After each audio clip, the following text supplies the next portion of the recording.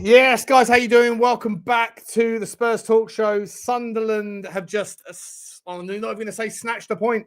Sunderland have just grabbed the point from Tottenham Hotspur. Spurs won, Sunderland won. The game finishes. We just come across from the previous watch along. I'm back with my man Drew Zilla, and we've got a few other people that are, or at least one other person, but maybe several more that are going to be joining us in just a moment. Look, for me, a terrible second half, a really impressive, really positive first half that we could have and should have built from and built on. But you needed that second goal. Said it throughout the watch along. Needed the second goal. If we got the second goal, this game was dead and 3 points was ours. We didn't get it. And as the second half came in, you could tell that the team talks from Labrie versus the team talks from Thomas Frank were entirely chalk and cheese. And basically, we ended up shitting the bed. Please, guys, smash the like button for me straight out of the traps. Hit the subscribe if you haven't already. Hit the notification bell. We're going to get Drew's take right now. Before we do, OK Jersey is today's sponsor. Big up to them. Football jerseys, retro and new, sports clothing, whatever you're interested in, your athleisure wear, unbranded or branded, all that stuff is available. Best prices in town. Unbelievable quality, unbelievable value.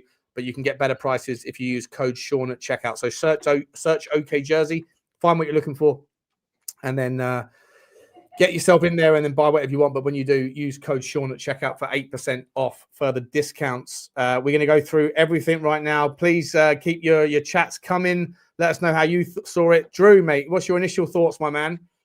And welcome back, buddy. Welcome. No, thank you very much. Do you know what, Sean? I don't. It's like you say, the first half, I guess, and this is probably a sign of how far, honestly, I genuinely think we've kind of fallen from a footballing perspective. Like, even the first half wasn't amazing, but, you know, you saw at least a couple of positive signs. You saw at least players trying to go forward a little bit, but it's just turgid, horrible football. Like you say, there was something at least to try and build on in the first half. And I think we've brought Polina on too early. All right, it's unfortunate that Kudus has picked up a little bit of a knock when Moani came on. And I'm kind of a fan of Moani, but he just looked disinterested from... And I know, you know, this whole sort of languid style and that, but if you've got a languid style, when you do get the ball or when you do have an opportunity, then even more so, you probably have to make it count. Otherwise, you just look like a lazy footballer. And unfortunately, today, I just think he looked a little bit lazy. But as people are saying in the chat, you know, this is a team that half their players are at AFCON.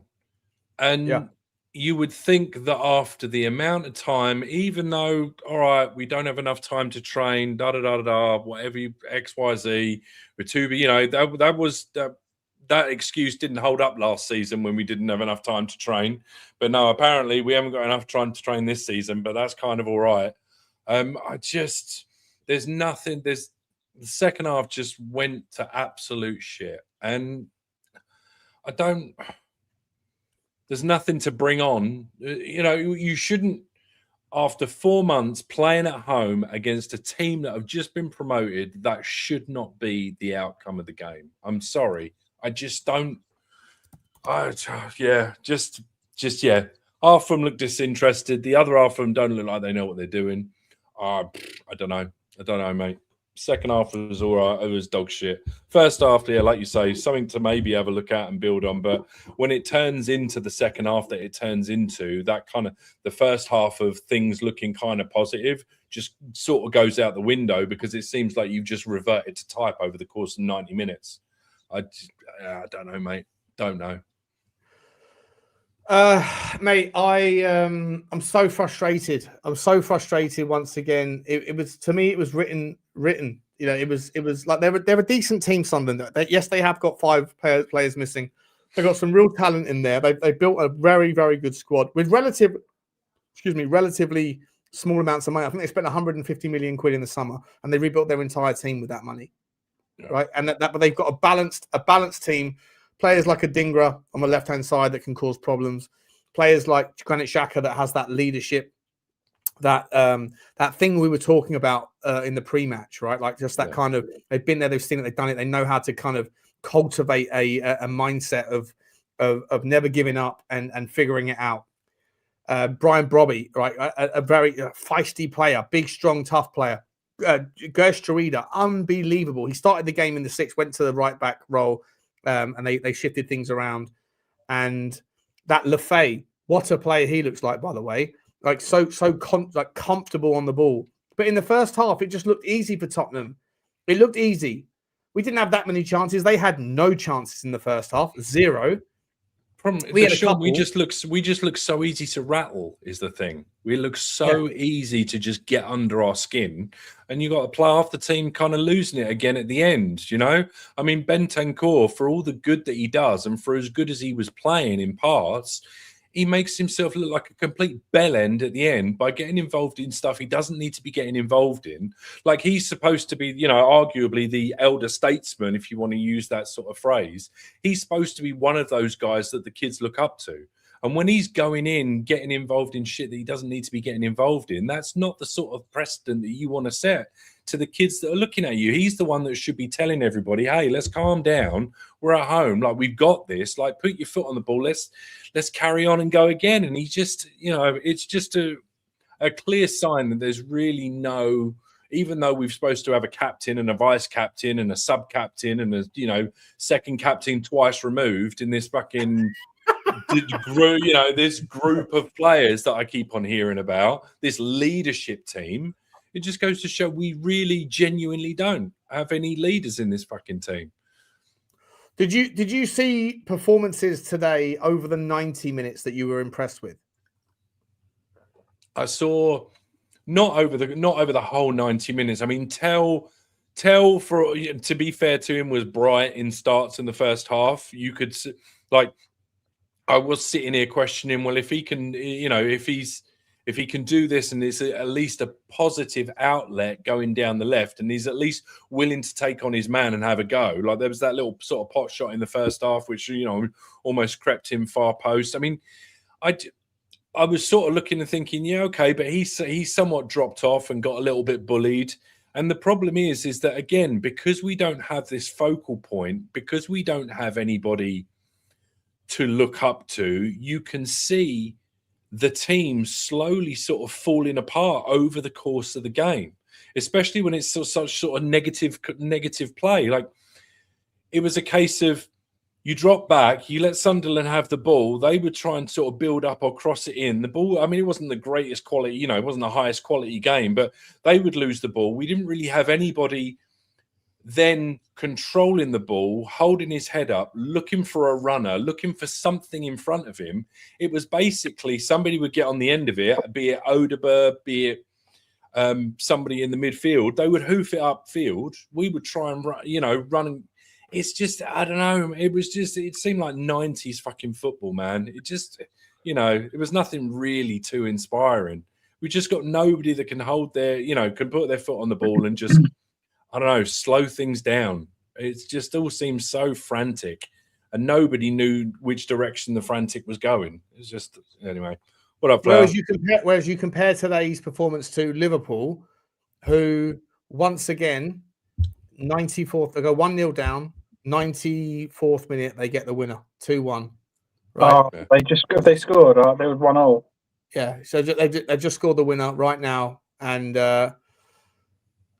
it's just that's the difference between the mindsets of the players, right? It's the difference between the mindsets of the players. And sorry, big up to you, James. How are you, mate? Listen, I know you're going to go in on a certain player today, and that's fine because I thought he had a stinker basically. But who you on about? I don't know, probably Vicario. Six or seven of them. Your goalkeeper. Yeah, maybe. Yeah. Maybe someone else. Listen. Like, there is a mindset issue at Tottenham Hotspur. There's a proper mindset issue. You go 1-0 up against Sunderland, a promoted team, and you should be going for the kind of the killer blow, right, James? And we didn't. We let them back into it. Whatever happened at the halftime team talk, their team came out and wanted it, and our team didn't. And we ended up making substitutions to settle for a 1-0 win. It was clear as day that was never going to be the case. And in the end, I think we were lucky to hang on. So do I, yeah. Yeah, I thought, I'll start off giving praise because I thought Odegaard and Tel, I've slated them all season, and I thought they had a really good first half. I thought they did. And I'd say more Odegaard. Odegaard looked like he was actually calm on the ball for once. And by that, I meant in the middle, he would take a touch and look for Tel out wide. He would look to play in a through ball. He was always looking for that. And that's all I've asked for, a nice bit of calm, rather than I felt like sometimes he gets the ball and it's like, head down, let me just run. Like my main focus is just running. And today I feel like he did the complete opposite. And I liked what he did today.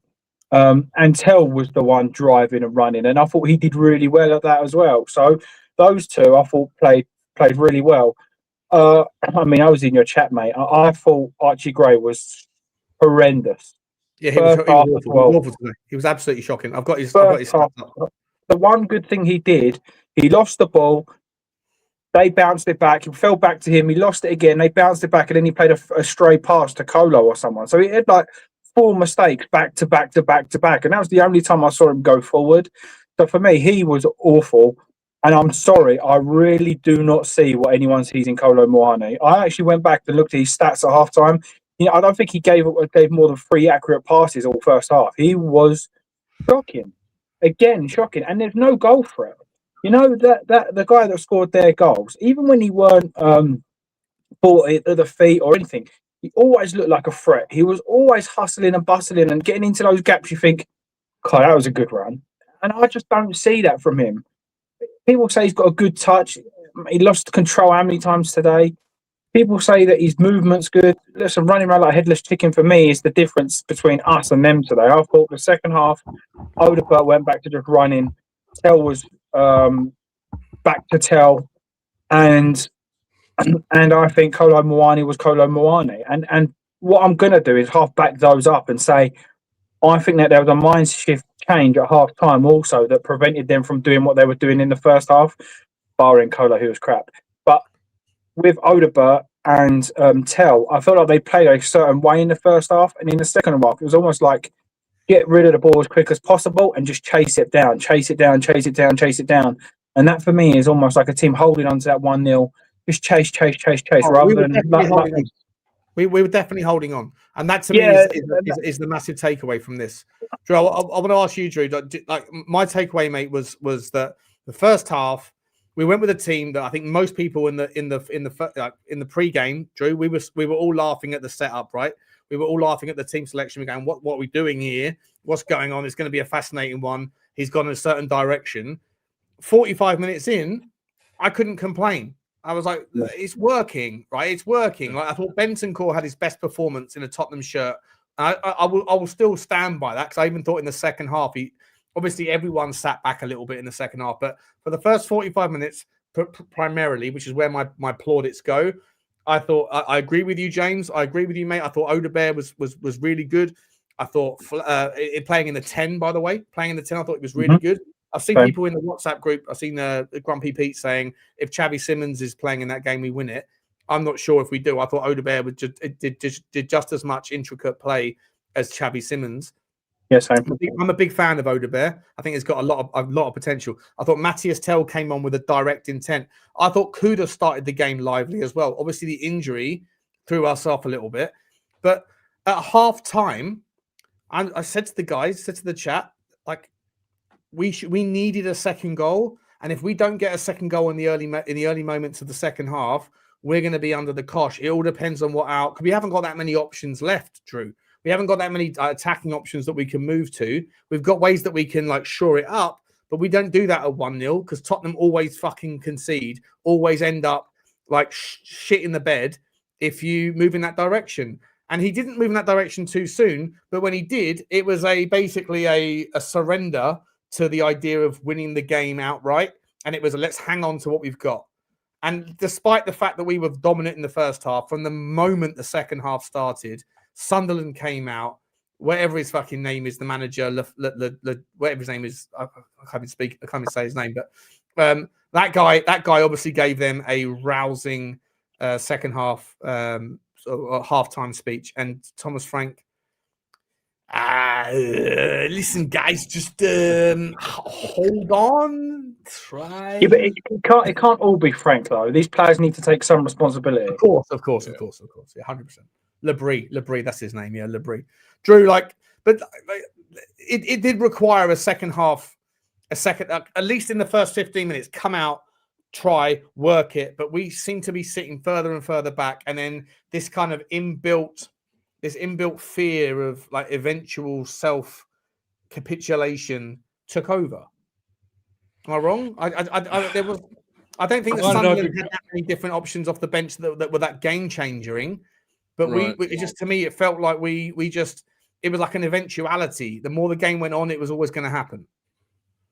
I guess my concern, because although there were a couple of positive performances in the first half, it's not like we were blowing them away, and it's not like they were having to make save after save after save. Unless, I don't know if you've got any stats or a momentumometer you can bring up or whatever. Got it right here. Their pressure seemed a lot more like pressure compared to our pressure. Like our pressure seemed more hit and hope. Yeah, you can see that from the depth. You can see that from the depth of the momentumometer, right? So for the most part, despite us having most of the possession, for the most part, apart from the minute where we scored our goal, for the most part, our momentumometer doesn't get past the halfway line, right? Right. Theirs doesn't in the first half. That's why I think we can all agree we were the better team in the first half. Second half, from the third minute, they break to that point, and then they get there. And then the last 20 minutes, when they scored, and then it was only going to be one winner. If there was a winner, it was only going to be one way. Yeah, you know. And that to me, watching it, I felt that very much so. I didn't feel like, although that first half, it looked like we had decent amounts of the ball, and completely agree with James. There were times where we were trying to play it out, and Udogie had his head up and he's looking for the outlet, but it didn't amount to much. And then you see them getting a little bit of burst of energy and going in the second half. And like I say, as soon as we start getting rattled, as soon as they, lay a couple on us, and Tel goes down half holding his face, even though the player's hand wasn't anywhere near his face, like that's the sort of shit. Just get up and get on with it. Like, play football. Don't try and get one over the other team by rolling around on the floor. And then obviously Gertrude gets involved, and then Bentancur loses his head, and now we're all over the place in the second half. They know that they've got us rattled. You got the crowd getting on them. I wasn't listening too much to the commentary because I was listening to you, but I'm sure there probably were murmurs and boos in the stadium because there usually are. Yeah, there was. I don't know. And then who are you supposed to look toward to calm everything down? Where's the player? Because I just don't, I think we used to have I keep on harping on about it. We used to have a couple of those players, and I just don't think we've got it anymore. And the problem is that I don't think half these players, really respect Frank. So they're not looking over at the touchline. He's over there like chewing his fucking gum, half the time looking like a substitute teacher about to get off the bus and take a picture of a fucking monument. I don't know, mate. I don't know. Honestly, I don't know. I don't know what's going on. Yeah, look, I agree with you, mate. Let's have a little look see at the overall stats of the game, right? 49% to 51% possession, so it was even Stevens. But if you look at the first half, we had the slight edge. Second half, they had a major edge, 57% to 43%. And let's again look at the first half, right? 0.9 expected goals. We obviously went 1-0 up. Absolutely nothing from them. And in the second half, they jump up to 0.41, and we have a 0.28. So over the whole thing, we give ourselves, and that I can't remember what it was we did in the second half that resulted in some XG. I guess it was the header at the end from Pellegrini that gave a little bit, and also maybe the chance that could have been from Richalison. Look, that to me was the most frustrating part of the second half, boys. It was when Mathys Tel puts through. He sticks Richalison through, James, and he takes a first touch when his first touch should have just been lofted over the top. And I know you don't rate Kolo Muani, and the chances are maybe you're right. Even if he does put it through, Muani mishits it, mistouches it, whatever else. He did put him through. That touch where he took it too far wide and he cut it back to have a shot. He does the same thing. That was the second thing, but I mean, I'm talking at the point when Richalison took the touch and then tried to cross it across, and it gets blocked.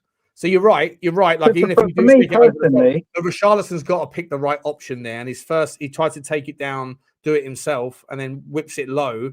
He's got to put it over the top. If Muani then fluffs it, then so be it. But Richarlison has to do his job before Muani can do his, right? Yeah, absolutely. And that's all I've been saying most of the season, to be fair. I don't think Kolo Muani is as good as people think. I don't think. I mean, Richarlison, I've said it since day one. He's crap. He's so bad. He runs around a lot, and in a certain game, I think he'll do well, or a certain goal, I think he'll score.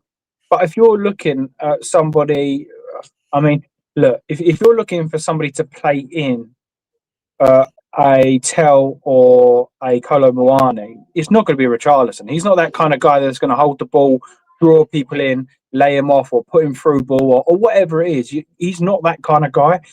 So I think the big thing comes down to it, and I'm not sticking up for Frank because I think Frank's, for me, is too negative. And I think we saw that at half time and in the second half. But what I will say is Richarlison was from one manager, Kolo Muani's from him, Tel's from a different manager. So there's 3 different players meant for 3 different systems that he's trying to spit into his system. And I'm not saying that Frank shouldn't be getting more, because he absolutely should. That was horrific again today, bar in the first half. But there are too many players, your Archie Grays, your Tel, who needs to learn. Let's be honest, he's still young. He needs to learn. Odegaard needs to learn. Kolo Muani for me is rubbish. Richarlison's rubbish. So you've kind of got loads of kids going in with people that are not very good. Players that probably don't fit in certain positions that we want to play.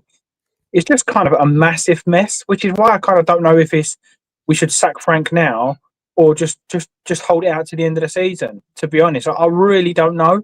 It is just a big mess. It's just a big mixing bowl of mess. So by taking Frank out and dropping someone in now is going to make no difference, in my opinion. It's all, it is what it is. And it's the basic.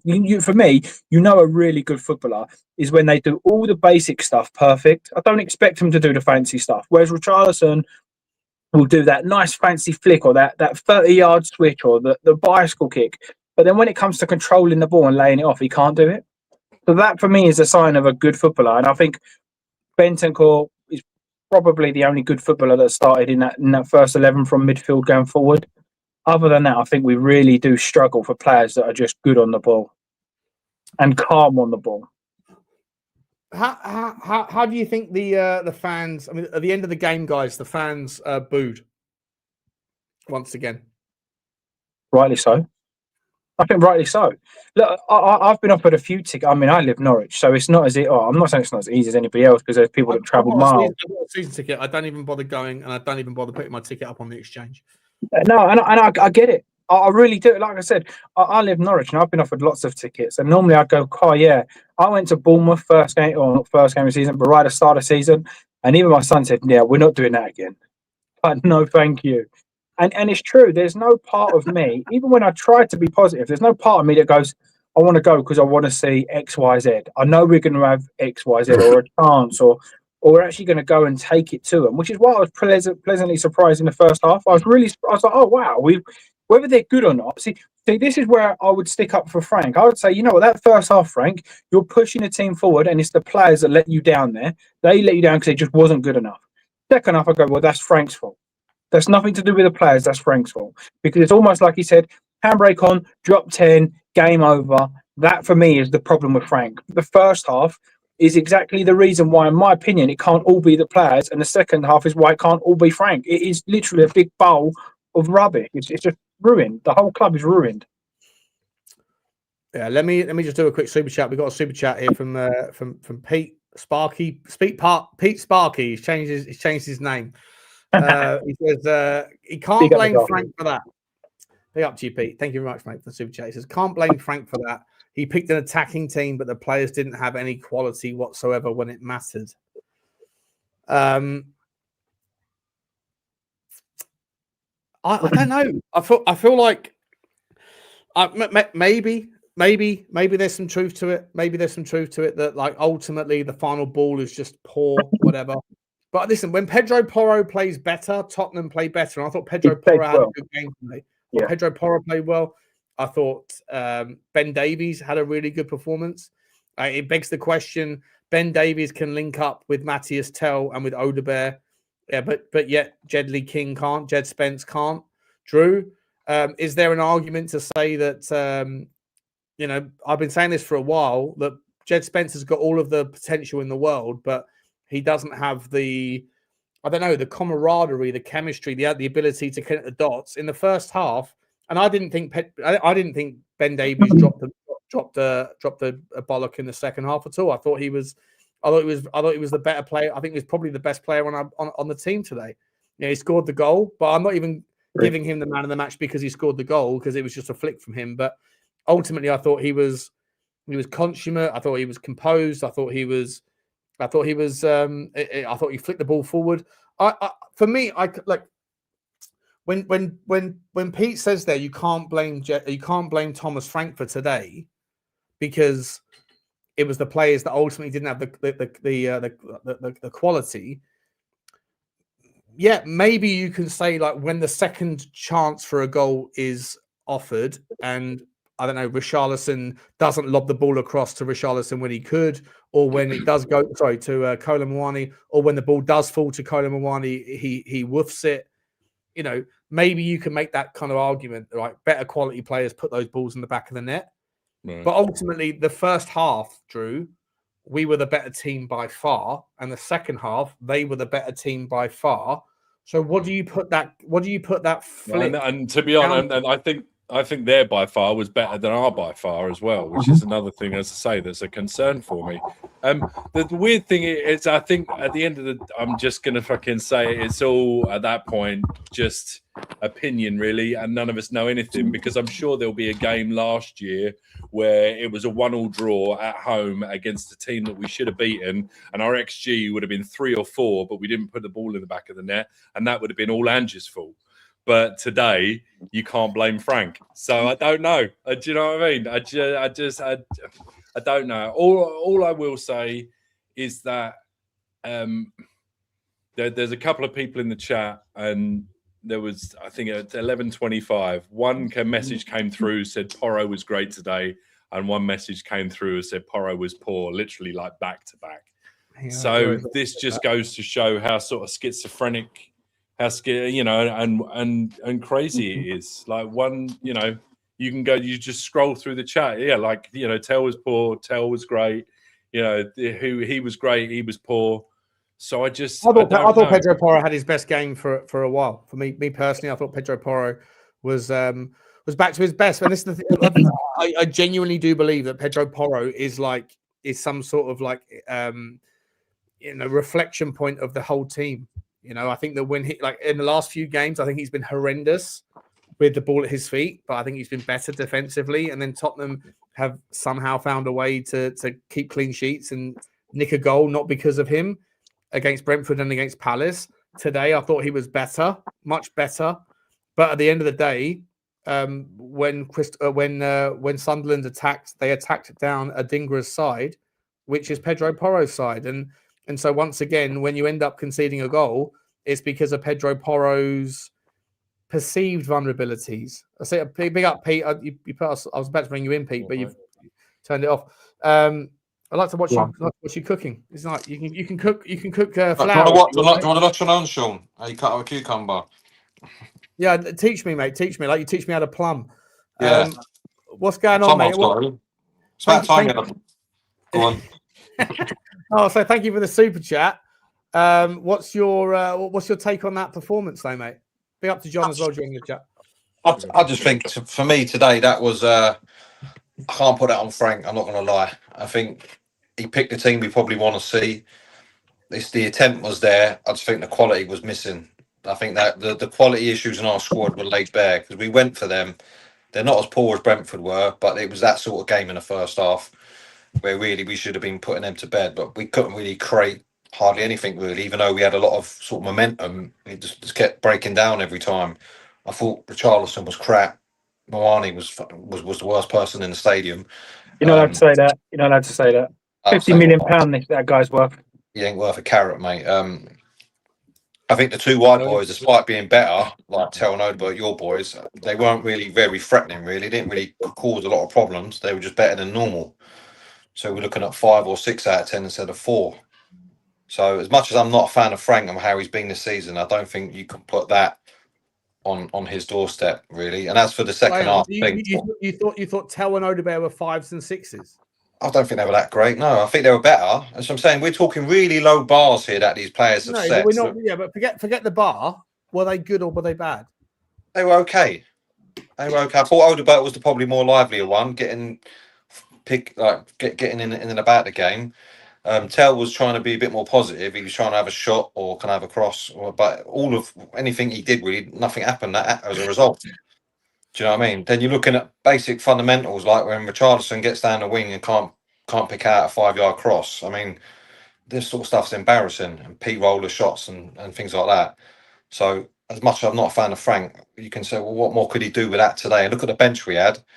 I mean, it's not as if he has game changers waiting on the bench. He convinced them to play well in the first half, but the second half we fell apart. Well, that's what I'm saying. But we played well, but we didn't. How many saves did the keeper had to make? Hang on a second. Hang on, no. Because we were. Let me bring it back up again. There's a point here, right? There's a point here. If you can, if you can do this, is it on the screen? If you can do that in the first half, and then do that in the second half, something has changed at half time. Right? Yeah, they come up. They weren't as poor. Well, that was probably our maximum, and then that weren't nowhere near their maximum. And they come out with a different mindset. Are we putting it down to us just like having no stamina now? Is it a fitness thing? What's the breakdown of the chances? What's the breakdown if you bring up the numbers next to this momentumometer? Because they is well and good, but like so in the first half, we had one big chance. We had 8 shots right in the first half. Yeah, that means nothing. 2. Okay, and the XG obviously they had no XG in the first half. We obviously scored a goal, but and it was a decent XG. Second half, we had one big. I don't remember the big chance in the second half, to be honest, that Tottenham had. Are they saying it was the Polinia shot? I'm not sure. What was the big XG in the second half? I don't know. But they out XG'd us in the second half. I know XG doesn't mean a lot, but 8 shots versus 5, 2 saves. And by the way, I mean I thought that and they hit the post. They hit the post. Yeah, I thought Vicario. I gave Vicario a lot of credit, and then realised I shouldn't have done because he was terrible. He was nowhere near it. But I mean, again, it's just like this is at home against the Sunderland, the promoted team, who have they've done well, but we shouldn't. Well, I don't know. If as our staff fallen so much that this is the sort of thing we should just come to expect now. Like it's just ludicrous. Sunderland. That's what proved my point. Sorry, Drew. That sort of proved my point. They weren't that poor. They were never going to be that poor in the second half. So they looked at we threw sort of our best form at them, what we've had in a long time, and we didn't threaten them at all. Really, we scored a scruffy goal. We had a lot of possession and all that. Right. But it was a BDV shot. They hit fucking Ben Davies. It's not like do you know what I mean? It's not like it was clinical, was it? It's not that their keeper was making worldies and he was saving them. He was bailing them out. There was nothing really going on there. So then they thought, okay, that's the best they got. Well, we'll have a go now. And then lo and behold, that's what happened. Yeah, man. No, I don't know, man. And it was just, I just think, I mean, that if you're looking at where we are in the season, it's a lot of that's down to Frank. But I think you saw today how poor some of these players are. Well, they can't cross a fucking ball 5 yards. Yeah, I think it's a mixture of all of it, mate. It's like you say, I mean, Romero. I'm not trying to witch on. Yeah. He told him he went out to give the geezer a kick up the arse because if he'd have got the ball, we'd have given away a foul. We didn't need to go out to him, and then the geezer just spun in behind him. You got that going on. I've been saying for a long time now. I would like Romero gone. To be honest, I really would. Cash in. I think he's a liability, and I think when it comes to actually signing better players, we'll realise how bad these players actually are. when you've actually got a left back in Ben Davies that does just keep everything nice and simple and cool. Funny how he looks good when you've constantly when Jed Spence come on, he got the ball, tried to run down the line like headless chicken, the ball went out, and I'm like, we wouldn't have had that in the first half. We would have kept the ball and started or created. For me, I don't disagree with Pete. I think I agree with what he's saying, but at some point, like I said to you guys when we're talking about strikers, even that is it Igor from Brentford. That guy's scoring goals for fun now, but you could see he was a handful before he started scoring goals. That's what I said about the Richalison, about Kolo Muani. Every time a ball gets whipped into the box and them two are in the box, you might as well give the ball back to the keeper. It don't even matter if the pinpoint. I mean, Porro today. The keeper's got to put his newspaper down first, though. Yeah, but Porro whipped in an absolute beauty of a cross today. And then Richarlison run in. Don't get me wrong, I think they both kind of connected with the ball, but it's an absolute peach. And you think if you just get something on that, it's a goal. But it's always like a flick or a glance or it's no like real power. I'm winning this header. I've won this header. It's 1-0. We go on again. And I do agree. Even though I've praised Tel quite a lot in the first half. Every effort he had was quite a far out, cutting in from the left-hand side and having a shot. And I'm happy with that.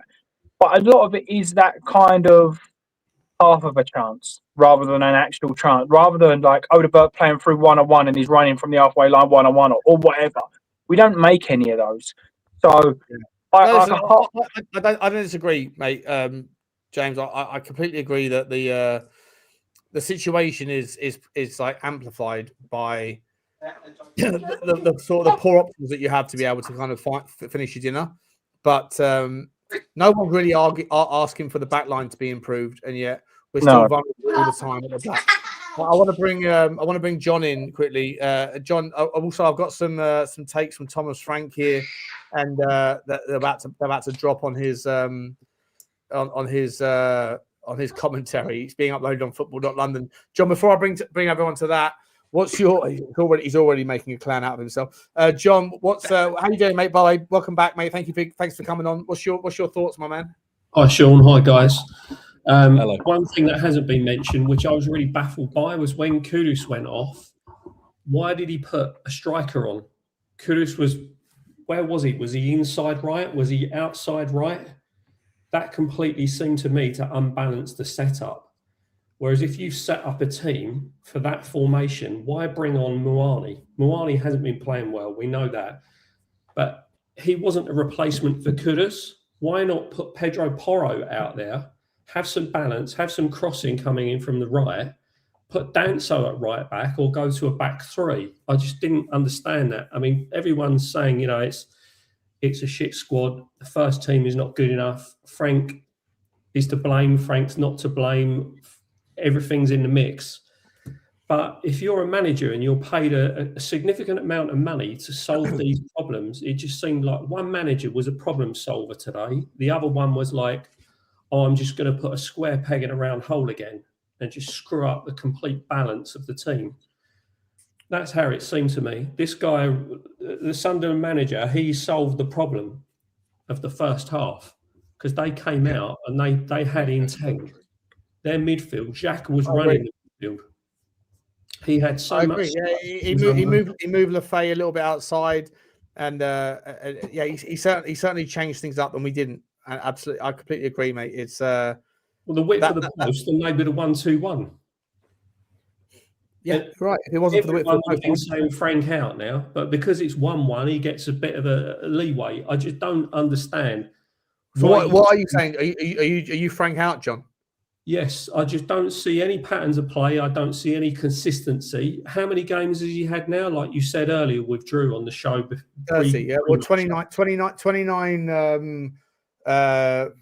like official sort of games, if you like, professional games, and then a bunch of maybe 4 or 5 pre-season games. There you go. So when I came on the show a few months ago, Danny Kay and Sava said they looked at me and they were quizzically looking at me when I said there's no signature to Frank's football at this club. They can't say it anymore because 30-odd games, you should have a bloody signature. But every team, it seems to be different players coming in. One team is negative. The other team today now is more attacking. But what do they expect players to do if there's not a consistency in what you're asked to do? But in fairness, sorry, mate, I don't want to be rude here, but you've just said about consistency and stuff like that, but then you've just asked Pedro Porro to play right wing where he's never played before, and Danzo to go right back where he's never played before. Sorry, if we do that and we lose 2 or 3-0, played right wing. Where did he play at Porto? Right back, right wing back. Wing back. Right wing back. It's different. Yeah, but it's different. Yeah, but that's when you're over. For me, No, and this is for me, when you're overlapping. Hang on, James. What he's saying is move move to a back three and then play Porro at right wing Oh, sorry. Okay, it sounded like you said right. You said right wing and moving right back. I thought you meant back. No, you meant right. Bring on a back three and go to a back three Push system. Danso to the right because he's got the speed and power to negate Mundell and Brobby. Yeah, he wouldn't have. All right, sorry. Yeah, my bad. He would have been quicker to that goal than Romero because Romero just switches off again when he's had enough and he says, right, okay, I've done a couple of good things here. Now I'm going to switch off. Get rid of him. I thought Pedro Porro to me today looked I thought that in the first 5 minutes I was like, oh no, he looked scared again. The first touch he got, he whipped the ball to the back towards who it must have been Ben Davies, but he underhit it and it sent the thing. A hell of a lot of Tottenham's mistakes come from just overhit or underhit passes that are just unnecessarily weak or poor in the weighting.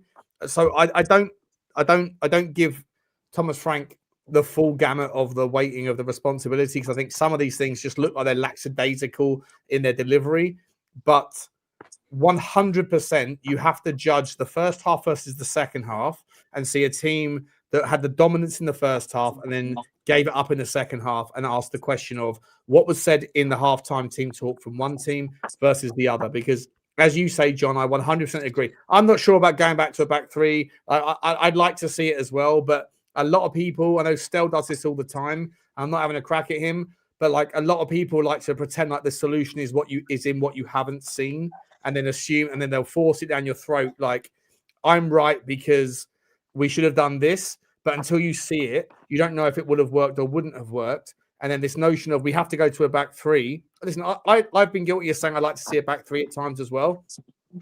But the notion that because we don't do it, the solution why it would work and I'm right and everyone else is wrong is to do something that we haven't seen. It's always playing the easy fiddle, right? It's always saying, you know what, like my solution is to do something we're not going to see, we haven't seen, we probably won't see it, and therefore I'm going to be right because until I'm proven wrong, therefore I'm right. It's that's a bullshit logical argument to me. I'm not saying that it wouldn't work, but because we haven't seen it, like the inevitable argument for people that want to be right is to always suggest something that hasn't been delivered. What I would say, Mourani there is not a solution.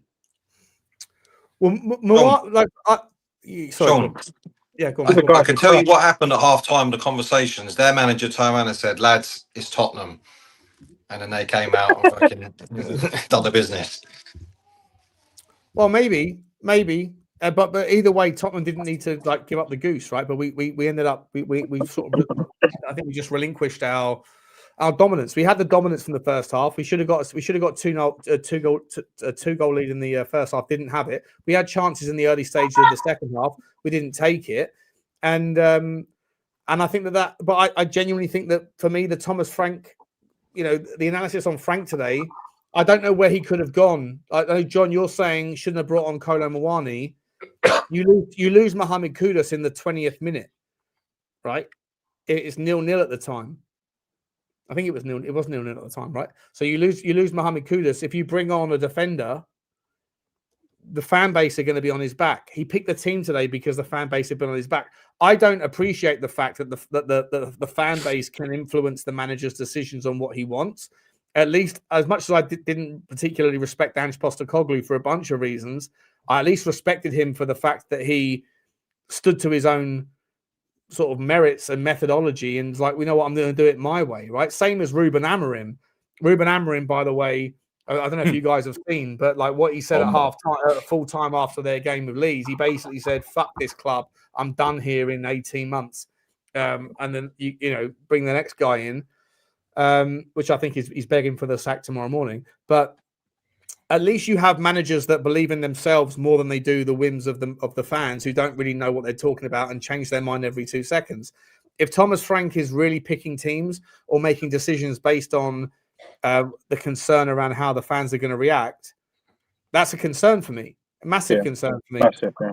And I think but I don't think he had many other options, though, John, or whoever wants to come in. I don't think, like, when Kudus goes down injured, and he looks at the bench and he has Mwani and he has a couple of kids, Dane Scarlett and the double barrel game, the guy with the double barrel name on the right. Barrett Williams. Barnett Williams. Barnett. Switch to the right. Well, yeah, he could have. For me, personally, I think it's a mixture of everything. I think the players ain't good enough. I think the manager ain't good enough. And the fans are fuming with everything because it is what it is. I mean, when you look at that, Kolo gets... Udogie goes off injured, and then you look at that bench, you think, who is going to come on and do anything here? Because none of them are worth anything. We do need at some point to be brave and say, you know, Kolo Muani, I said it, I would have sent him back before selling Brennan Johnson. I think Brennan Johnson brings more than Kolo Muani. I really do. At least he scores and looks a threat. Even if it is a back post tapping, he still offers something. I don't know what he offers. Richalison seems to turn up one game every 10. I mean, and as for Frank, he's had about 30 plus games now, and I see nothing new. Nothing. I don't think playing Odobert right mid instead of Kolo does anything. I just don't think it does. I think when it's all rotten, and we need a huge shake-up. And unfortunately, Frank is falling out, in my opinion, with the fans, and I don't think he'll ever be now accepted as one of those guys unless he goes on and wins everything, in my opinion. I think the way he's falling out with fans and digging fans left, right and centre is crazy. And bigging up, you know, I mean, before this game, he was bigging up, a draw away or a win or a draw away at Brentford's a great result. They don't lose it. And that was before a ball's even been kicked. So for me, you know his mindset already. And I felt like today it was almost like, right, let's go get them. We had a good first half. I think Sunderland had a poor first half. And I think we had that 1-0, come to the second half. Frank said, look, relax, drop back a bit, see it out. Sunderland also turned it up a bit, and it was game over from there. It went back to as usual. Yeah, listen, I don't disagree with you, James. I think that look, we're all a little bit sort of, I don't know, just fucked off, frustrated, fed up. Drew, I want to come to you, mate, because you're the man who can do the accent better than anyone else. Do you want to read that out in the best Thomas Frank accent? With the best accent I can. Can you do it in Johnny? Can you do it in Johnny voice? I've got Johnny's commentary to come, but yeah, go on, Drew. Where is Johnny? What is this? It's very important to say that we took the decision to sell Brennan before Mo got the injury. We're out there in the market, and the club is alert in the window. It's a difficult window. Important not to look short term, long term. If I have a job, there you go. Oh my God, he actually said long term. If I have a job. No, that was just me ad-libbing at the end. I didn't read that. What the hell? It's important not to look short term, but long term to help the short term. Now he wants to start talking about Brennan. Now he wants to mention Brennan Johnson. Yeah.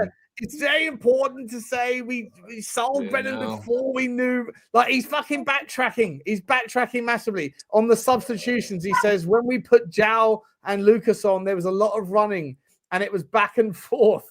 Lucas has played as a 10 and is almost like a like for Wilson Odobert.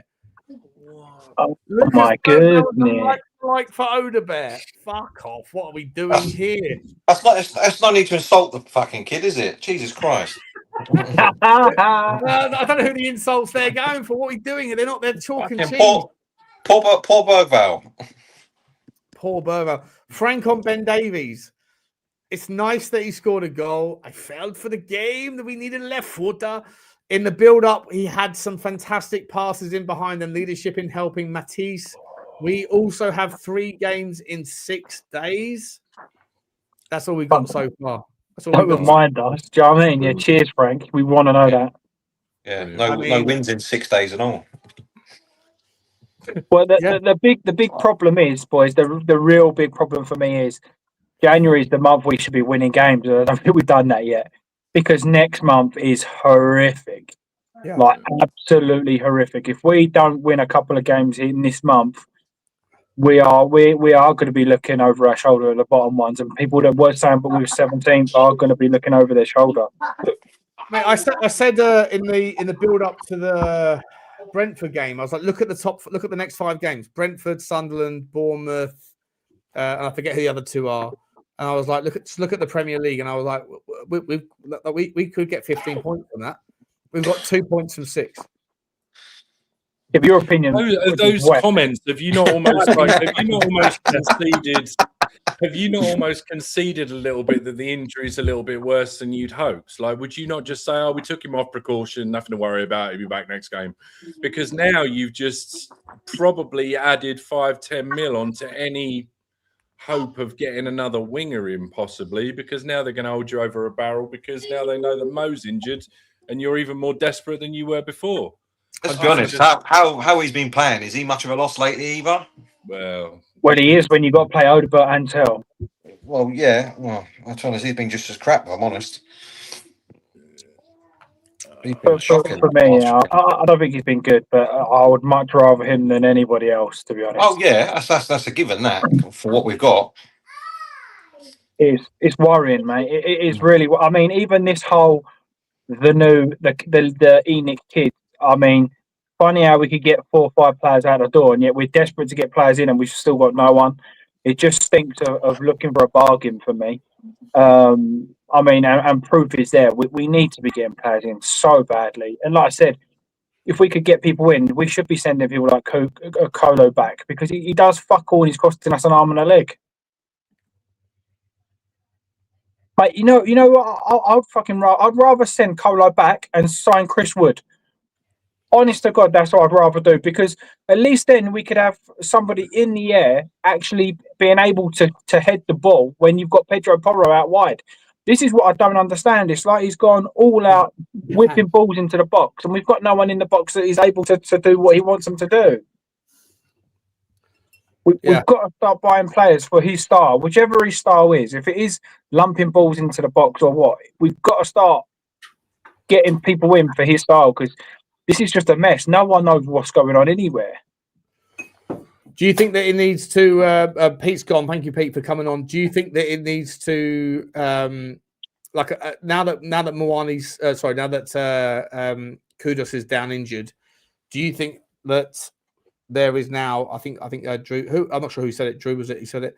John, let me ask you. Do you think that that now it's another kick in the teeth towards whatever we were trying to achieve in the January window? Savinho's injured, Malik Fofana's injured, now Kudus is down injured. We don't have a right winger. Thomas Frank playing catch up with the justifications. You know, like at the end of the day, I said this before the game. I was like, we are selling players before we bought them. We saw in the game against Brentford, we had no one on the bench because Brennan Johnson was one of the guys that was gone or not playing because he was going to be going. Now we've lost Kudus. Has it completely fucked our attempts to sort of get value or at least try to get value in the transfer window? Well, this club's always looking for value, aren't they? And they'll overpay for players that they shouldn't be. But yeah, what were you going to do about Johnson? We're going to hold on to him until you get players in. He doesn't fit Frank's system anyway. He fitted Angie's system perfectly, didn't he? With those late runs into the far post. But it just seems like the club is not set up for winning anyway. We've seen that over the years. They're not serious about winning. They've got a manager who's not a manager who brings in the energy of a winner. Just like the players that they sign, really, isn't it? You know, Frank gives that feel and that energy. And I think if the club doesn't do something soon, i.e. invest heavily or change this manager, the energy is just going to get more stale and stale. Because like you said, Sean, you can't even be asked going now. It just gives a bad feeling overall. every So, game. John, is it fair to say where you're saying about winning there? I actually almost don't even care about the winning part of it. I just want to feel like a club again. Like the players are fighting for the manager's fighting for the fans are all together. It is so fractured and broken. Like you said, there is something has to give, and unfortunately, or not unfortunately in this case, it is normally the manager, and then we start again and again and again. And to be honest, a lot of people that were blaming Levy, now I believe are just blaming Frank because it's the next person, it's the next figure. They'll blame him. He'll get sacked, or maybe and unless he wasn't it's the problem Poch, in the first place. How about that? it was. But unless Well, it wasn't. But how about that? these kids come in and actually back the manager or sack the manager, they've got to do one or the other. So let's try and pull the fans together. And a lot of people that are saying sack the manager, who's going to come in for 4 or 5 months before we then go for Pochettino or whoever? Because if we do sign somebody, the moment they have a 4 or 5 game run period where it's rubbish and Poch is a free agent, it's going to be the same thing. If you want a decent manager, you've got to say, right, okay, we're going to invest. These are the players we're looking at. Are you in agreement with those? To give a positive, state of affairs to it all. Because like you say, who's going to want to come in and go, oh, now we've got another player out injured. When's Kulusevski? When's Maddison? When's Solanke back? And they go, I don't know. What are you going to do? If you're Maresca, are you going to sit there and think, yeah, I'll go for that? And it's still the same players. You're not making any big moves. Or is he going to go, well, okay, I'll just wait till the summer and see what else comes up then? Just quickly before I bring in Lubo, welcome back, Lubo, to the show, my man. Drew, I want to bring you in. This is Thomas Frank on the game. I won't ask you to do the input. I'll read it out for you. Yeah, I don't think that was too wrong.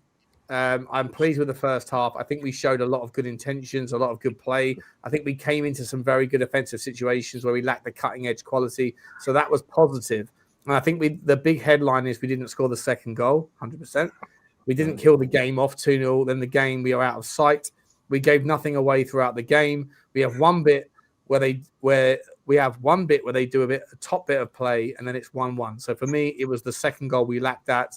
I think the first half was very good. I think we were totally dominant. The second half, not as dominant, but we still get into some very good situations, have some good counter-attack situations where we need to get more out of it. You can't rely on the Premier League being 1-0. Just quickly, something else has cut chops. Yes, on signing an attacker. Yeah, I think, as we said, we are out there. We are really, how can you say alert? I could just hear him in my head now. I hear him. Yes, alert. I think yesterday we are out there. We are really, how you say, alert. The club really want to see what we can do to strengthen the squad and the team. I say many times it's a difficult window, and we still need the short-term solution to be the long-term solution as well. Forget about that bit. Just on Drew, just before I bring my man Lubo in, he's basically trying to make everyone focus on how good we were in the first half and basically undermining the second half, isn't he? Yeah, I mean, obviously, he's going to want to bring out the most positive thing in the game. And like we've been saying, the first half, there were more positives than negatives. But it's still, I don't know. It still seems to me like he's a guy that's, I'm hesitant to say out of his depth. I just think he's finding it really, really hard at the moment. I just, on any other day, another goal goes in, it's 2-0, it's a scruffy home win. And we're all talking like it's a defeat, and it feels like it, but it is another point. And I just, a couple of people have mentioned it in the chat. Where were we last year? I know, we're all sitting here saying that the teams, the players are better than the position in the league that we're in. I think we've all got to try and come to terms with exactly where we are as a club at the moment and just try and accept the fact that we're trying to build back to something. I was very optimistic for Frank because, like we were joking earlier, big up Johnny. He's taking shrapnel again. But you know, we were hoping he was going to come in and he was going to sort of lay a foundation, and unfortunately, it just hasn't quite worked yet. But when we hired him, I did ask the question on a couple of shows: where was the expectation? Where did we think we were going to be next year?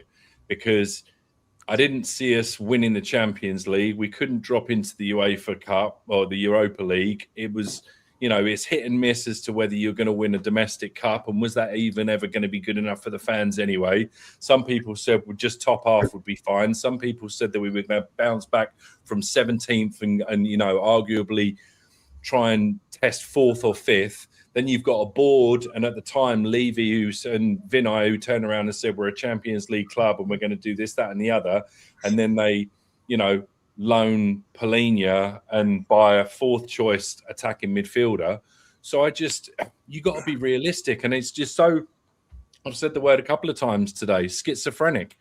Like, we've just got to come to some sort of agreement across the board on where we are.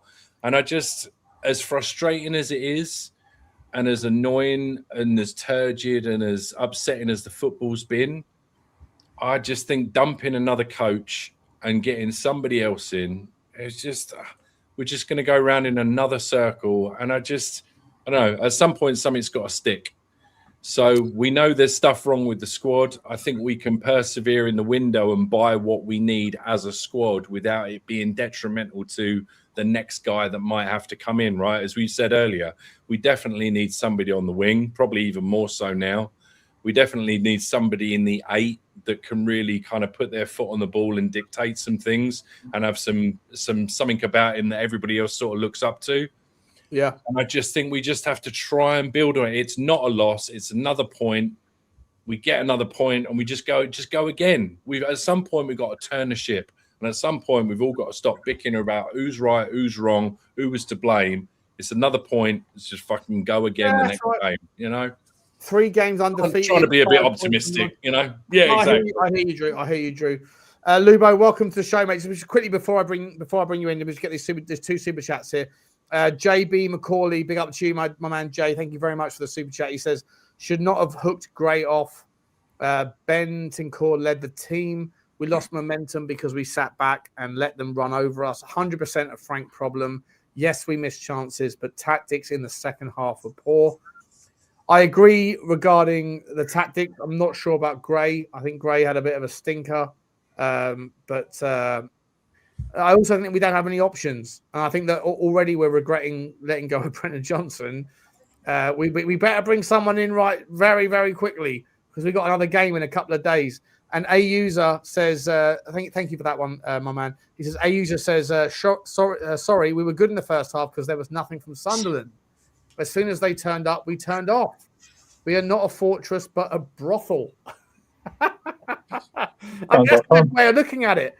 Completely different way of looking at it. And maybe there's some truth to that. Sunderland were poor in the first half, but maybe they just hadn't woken up. Lubo, thank you very much for that super chat. Lubo, welcome, mate. Listen, first and foremost, give us your diagnosis on the game.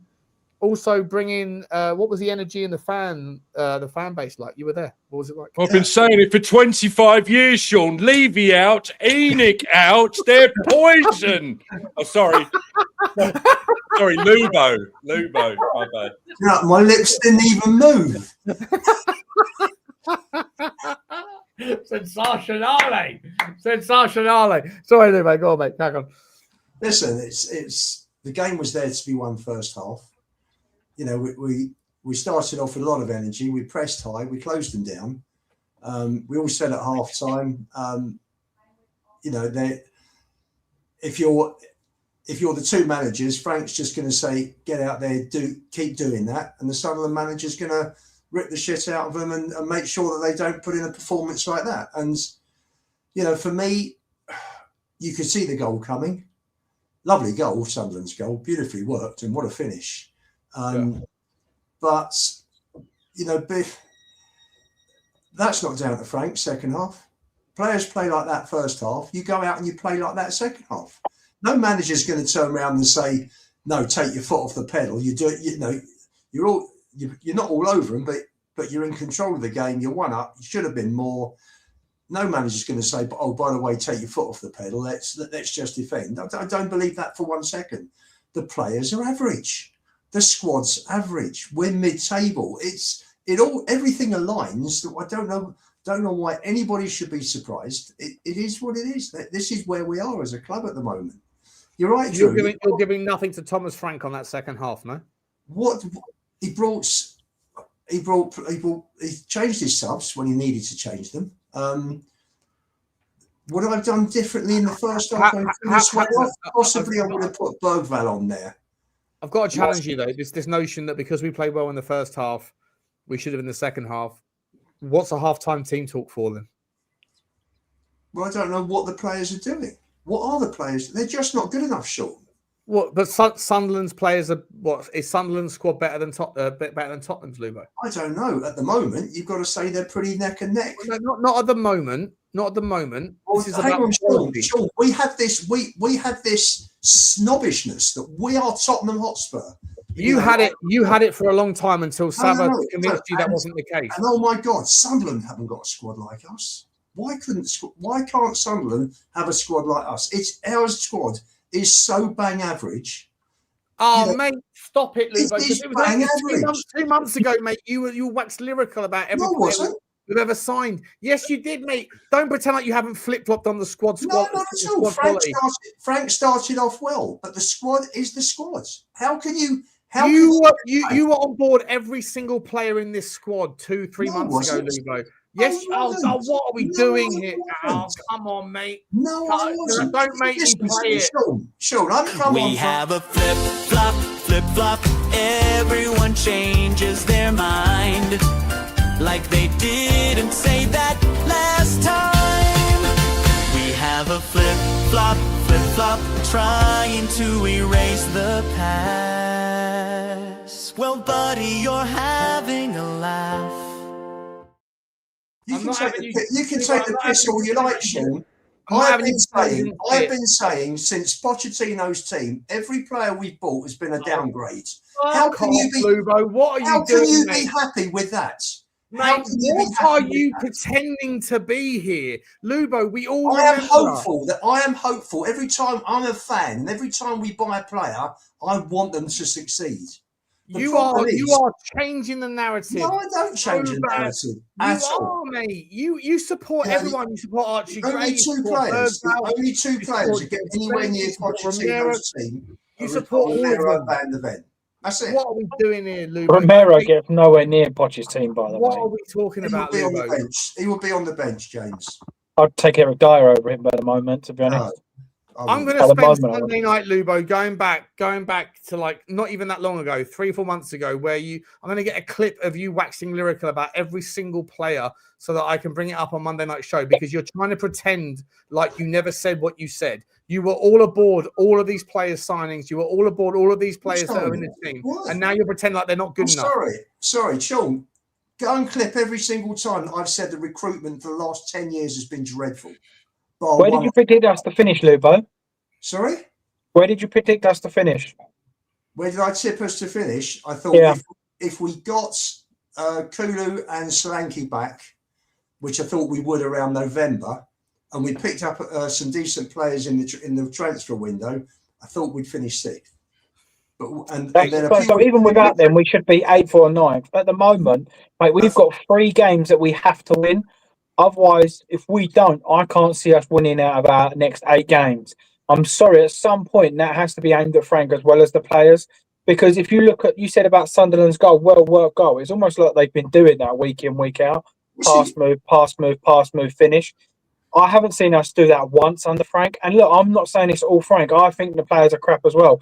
I'll tell you how crap Archie Gray is, but you never listen. Udogie never thought the players were crap until Sava changed his mind. Until Sava changed his mind and went, the excuses why he changed his mind. He's still franking. No, until Sava changed his mind on who was responsible, and his forceful opinion has entirely corrupted yours, Lubo. I love you and I love Sava to pieces.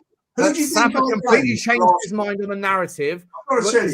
Hang on, let me finish my point. I think you've got amnesia, Sean, because you've forgotten that I've been Levy out for 25 years and I've been blaming Nothing them. to do with Levy. And I've got a I've got 7-point manifesto, Sean, that tells you exactly where Levy has gone wrong. And I've been hitting that with the last year, and you know I have. Don't tell me otherwise.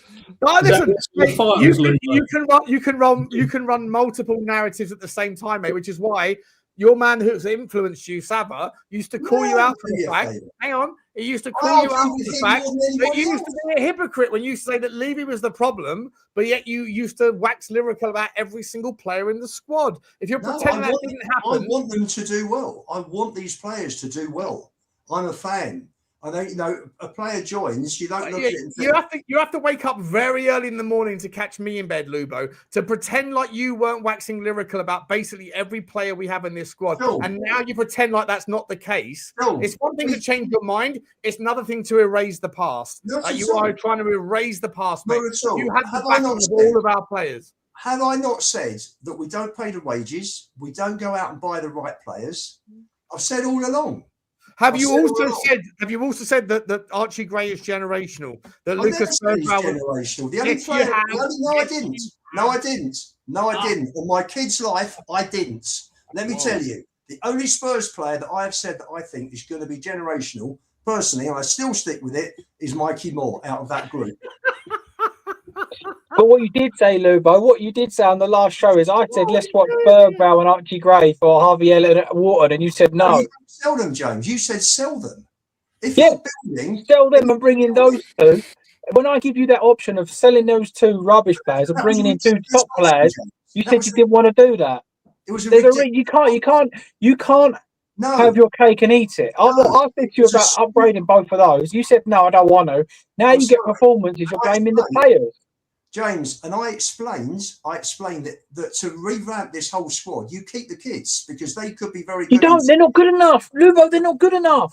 They play because I just watched it. I've watched it all season. By the way, Micky Moore was dog shit in the Old Firm derby, apart from that goal, which, by the way, would never have been a goal if the goalkeeper had actually done his job. Yeah, everyone suddenly waxing lyrical. Bring him back. Let's not sign a left winger. We've got Micky Moore. Fuck, do me a favour. Micky Moore is bang fucking average.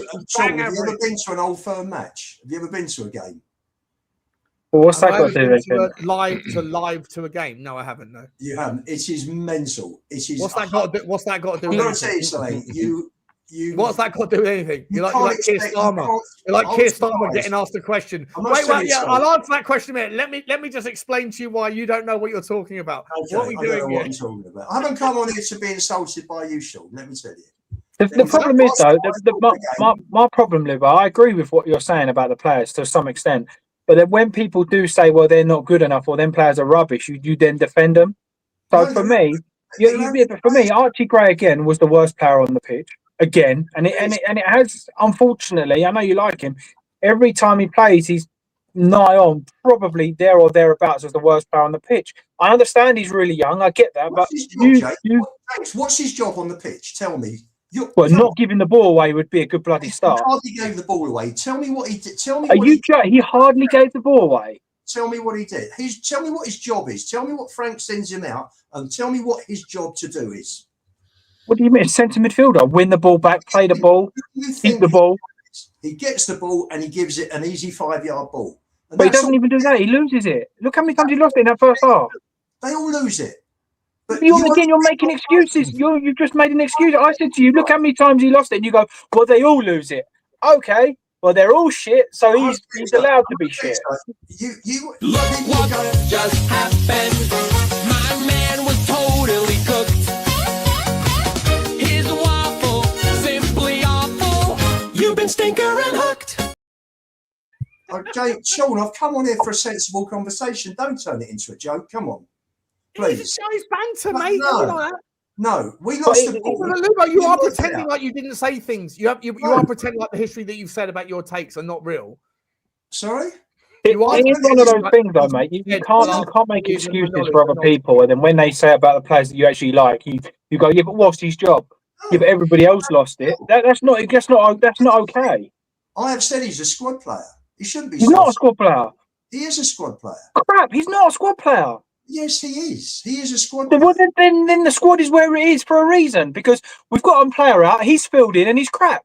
Why So if haven't he's we a squad player, then we are where we are. Why haven't we got 3 top midfield players at the club? So what you want him to be is like 8th choice. So God forbid we ever need to dip into the kids. He's the best of under 19-year-olds. He should be 4th, 5th, or 6th choice. We should have 3 top midfielders. Like Newcastle have got Tonali, Guimaraes, and Joe Linton. And then who after that? We should have 3 top midfield players. Yeah, But he's starting him. He's starting him every day. He's starting. Unfortunately for me, mate, I don't disagree with what you're saying, but to be honest, even PSG don't have 5 or 6 top midfield players that they can just flip to the 6th choice and go, yeah, you fill in and make no difference. It doesn't happen like that. And probably the only club that I know that of, and even then I don't know if they've got 6, is Arsenal. Who's their 6th choice midfielder? You know what I mean? But you're asking for this sort of make-believe dream that, yeah, he should be 6th choice. You mean you're going to be buying 5? If you're buying 5 players better than Archie Gray, then Archie Gray should be nowhere near our club. You're not nowhere near. 5 players. You should be. You just said he'll be our 6th choice. So for me, in that circumstances, like what I said to you last time, I tried to give you that kind of like last time about. You said about, oh, well, we need homegrown players. Well, you sell the likes of Archie Gray and so on, and you buy in Adam Whartons, you buy in Elliott's, you buy in top quality English players. So not only are they playing week in, week out, they're youth as well. Wharton and Elliott would be your 1 and 2 or joint 1. Gray's nowhere near there. What you're forgetting, what everybody here is forgetting, is that we don't have enough decent senior pros in the team. We all agree with that, Lubo, but what you're forgetting is what you said about these players about 6 months ago, mate. What did I say about the player? What did I say? Every single player, every single. You've changed your mind so frequently, Lubo. I know you're sitting there saying I didn't come on here for a hard time, but you're coming on pretending like things that you said in the past are weren't said, and that what you're saying recently is all you've ever said, and that's a load of absolute bollocks. So, like, I'm not going to sit here and allow you to make me out to be the bad guy for holding you to account for the things you're saying. I'll fight back. I don't think this is a great. What you have said in the past you have been called out for 100 times, and now you pretend like you didn't say it. Not at all. Not at all. You're making out like Thomas Frank isn't accountable for anything because the players aren't good enough. I didn't say he's not accountable. I didn't say he wasn't accountable for anything. I'm talking about today's game. Your overall general theme here is that the Thomas Frank didn't do anything wrong. That's what you came on saying, that these players aren't good enough. I came on to talk about today's game show. For the most part of the last 5 or 6, 7, 8, 10 games, you've decided to shift into the players aren't good enough. And I know exactly why. It's because Sava has convinced you of the fact that that's the reality, because he is defending his own position that Ange Postecoglou was dog shit, and he wanted Postecoglou was dog shit. And he wanted Thomas Frank in charge, and now Thomas Frank is under the cosh, and let me finish my point before you interrupt me. That you have been corrupted by Sava's ability to defend his own narrative. 100%. 100%. A lot, yeah, mate. So obvious. I don't think that's fair to sort of say that about him and Sava. I don't think that's fair. But what I will say is I'll give him examples. I come on and said about Archie Gray not being good enough. For me, he hasn't been good enough. I come on and said about Kolo Muani not being good enough. Lubo was definitely one of the first ones to stick up for him. Again, we're now seeing he's not good enough. So you can't kind of go at the start of the season. That's just 2, by the way. There's loads and loads going on. So you can't come on and go all the players when at the beginning of the season, before the manager kicked the ball, we all kind of went, well, we should be finishing 6th to 9th or 5th to 9th or whatever. And now all of a sudden it's like, well, these players ain't good enough. Well, hold on. Everyone was rating Kolo Muani. Everyone was rating Kudus, Xavi Simmons, Archie Grays, Bentancurs, Polinias. You've just said about Van der Ven and Romero. So you are rating all these players, but yet it's all the players' fault. It can't be. It doesn't work 2 ways. It has to be. You have to give some give or take. For me, I didn't see us create one clear-cut chance like they did today where they scored their goal, or one pattern of play where I go, oh, that worked. Let's do that again. It was all very much through ball to Tel on the left, let him cut in. Through ball to Tel, let him cut in. So we have to be fair. You can't on one hand say how good everyone is before a ball's kicked. Frank gets in charge, works his magic, and then they're all crap. I didn't say they're all great. Look at Richalison. What do you think you're going to get from Richalison up front? Do you think you're going to get the same from Richalison as the Sunderland centre forwards, who had a bloody good game today? Who's class? Oh, but you should be getting more, no? What do you mean he should be getting more? Richarlison, what do you mean he should be getting more? More what? Anything. He offers nothing. Correct, because he's not good enough. Yeah, So and I've never disagreed with that. James, what do you want Frank to get from this squad? Seriously, what do you Well, expect? I want him personally to be a lot higher up than we are and playing better football than we are. I expect us to be seeing something. We're 4 points off fifth. Yeah, but that's so, mate. That's such a. I hate this debate because if we win 2 of our next 3 and then lose our next 5, you can also spin that around. Ain't we similar to like the bottom 3? Ain't it like James? This is a mid-table. We're 13th in the league, agree? Lubo. We're Do you not agree? 13th in the league, mate. Okay. Do I agree with what, mate? Do I agree with what, mate? Sorry. This is an average mid-table squad and mid-table team. Yes. Yeah, I agree that. Yeah. But we're a mid-table squad, But a mid-table team. But we are. On every individual you have backed in the last 12 months to the point where John, you've changed your tune so much. You've changed your tune so much. I back players because I'm a fan. I get behind my team and I back them. Not anymore, you don't. Not anymore. Now you call them out. Do I think they're the great? Listen, Porro's Spain's right back. He should be playing better than he is. Udogie, so what Why is it? isn't he? Players are shit. I don't the know. players should be better than what they are. Listen, You change your mind. Well, when Spain play, Porro doesn't do that much defending, does he? To be fair, He was defensively sound today for me. Sorry. He was defensively good for me today. But you said about like the points being, what was it, 7 points or 5 points off fourth, whatever it was. 4 points. We're 5 points off 16th as well. So if you're going to use that metric, and you've got to use it both ways, we're like 12 points off the bottom of relegation. We are midway through the Premier League season. James, we're way off relegation. We're 13 points clear of relegation. West Ham will do well to get 13 points for the rest of the season. But again, you're using one example, and I get it. Look, I understand. Yeah, fair enough. We're 5 points off top 4. But when I say we're 5 points off 16th, because but when I say we're only 14 points off relegation, you go but West Ham will do well. There is a narrative. There is a narrative that exists in the zeitgeist on YouTubing that because people hated one manager and backed the next, and the next hasn't been any different. Ergo, I couldn't have been possibly wrong on the fact that the latter guy that I backed was also dog shit. Therefore, I have to find another scenario, and that scenario is that neither two managers were wrong. Sure. And that and let me finish my point, Lubo. That the players are dog shit. Yet in the first half today, we walked them off the park. We were so much better than them, and in the second half, they turned up. Okay, we have a manager that is not, in my opinion, or at least we have to explore the concept that the manager that we had previously got more out of them than this manager has. And yet people that want to tell you it's the players, it's the players, it's the players. The only reason they're desperate to say it now is because they said that the last manager was abject, was out of his depth, and that they backed this guy and said all that this team needs is coaching.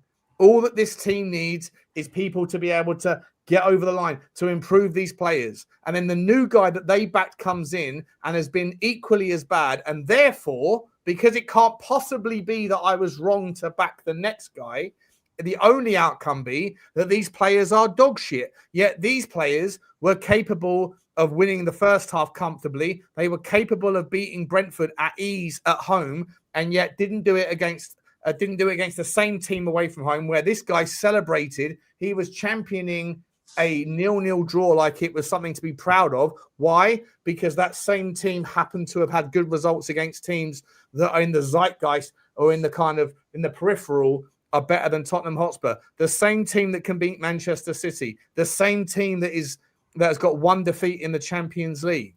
Like, it's people that have agendas to push and forceful narratives, and other people want to jump on that and then pretend like what they said last year or 6 months ago or 4 months ago didn't happen. I'm not bringing you on to have a crack at you, Lubo, but you No, are the right, victim I'm of being not- you're caught up in the nonsense of other people that want to force protection on their own prior opinions, and you get sucked into it. Let me This tell team you is something. better than what we are delivering. 100%. He has coached us, Sean. He has coached us. We are much better defensively. Much better. Mate, Luba, we have won 4 games since the 13th of September. James, that's not what I'm talking about. That's a No, but different that can't all be on the players, though, mate. That's what we're saying. We're saying it can't all be the players. We've won as many games away from home already than we did the whole of last season. So one balances out the other. So what you're saying is because we was absolute rock bottom shit, the fact that we're one step up is okay now. I didn't say anything's okay, but So that's what I'm saying. No, that's what I'm just trying to say. James, I have seen Nicholson, Birkinshaw, Venables, Martin Yolb, Harry Redknapp, Pochettino, Jose, Conte. This manager and Postecoglou are miles adrift from any of those managers. But at some point, we need to start looking at the manager. We beat Palace on the 28th of December, and then the last win before that was October the 26th against Everton. At some point, this coach needs to take a look at himself and go, you know what? December we won, didn't we? I think What's that? We beat Brentford on the 6th of December. Oh, yeah, sorry, yeah. Okay, so 3 games since October the 26th. That can't, I'm sorry, that can't all be the players, because if there's some sort of stature and you play to your best ability, for me, with the players that we have got, we should be doing far better than what we are. Whether that's saying that some of them are good, some of them are not. Why? Why should we be doing better than what we're doing? Why? Tell me why. Give me examples of why we should be. The league form has been dreadful since November 23. So please tell me why all of a sudden we're going to be... Okay. I'll answer that. You were using the fucking example. Expansive football. You're using the Ange Postecoglou barometer as saying that's the standard, and it isn't the standard.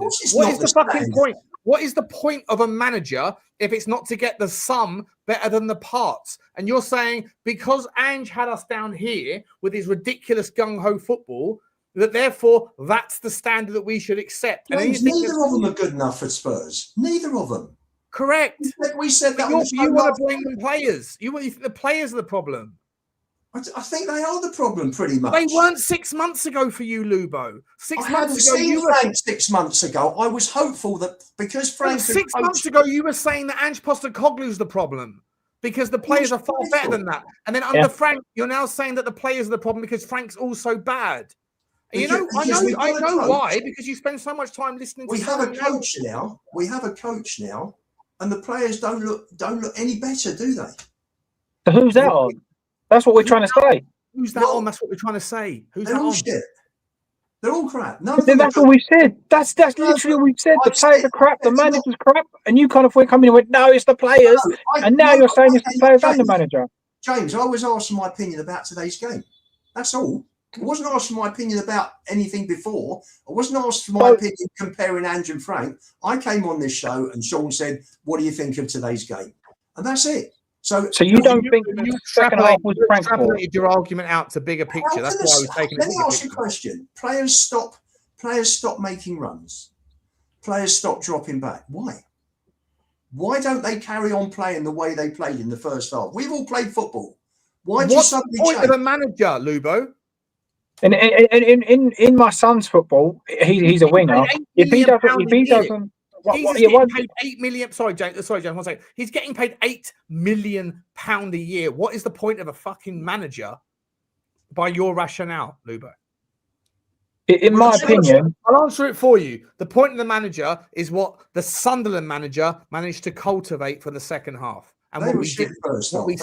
They were playing well below their levels first half, Sunderland. Oh, fuck off. What are we doing here? What are you talking about? They were brilliant against Man City.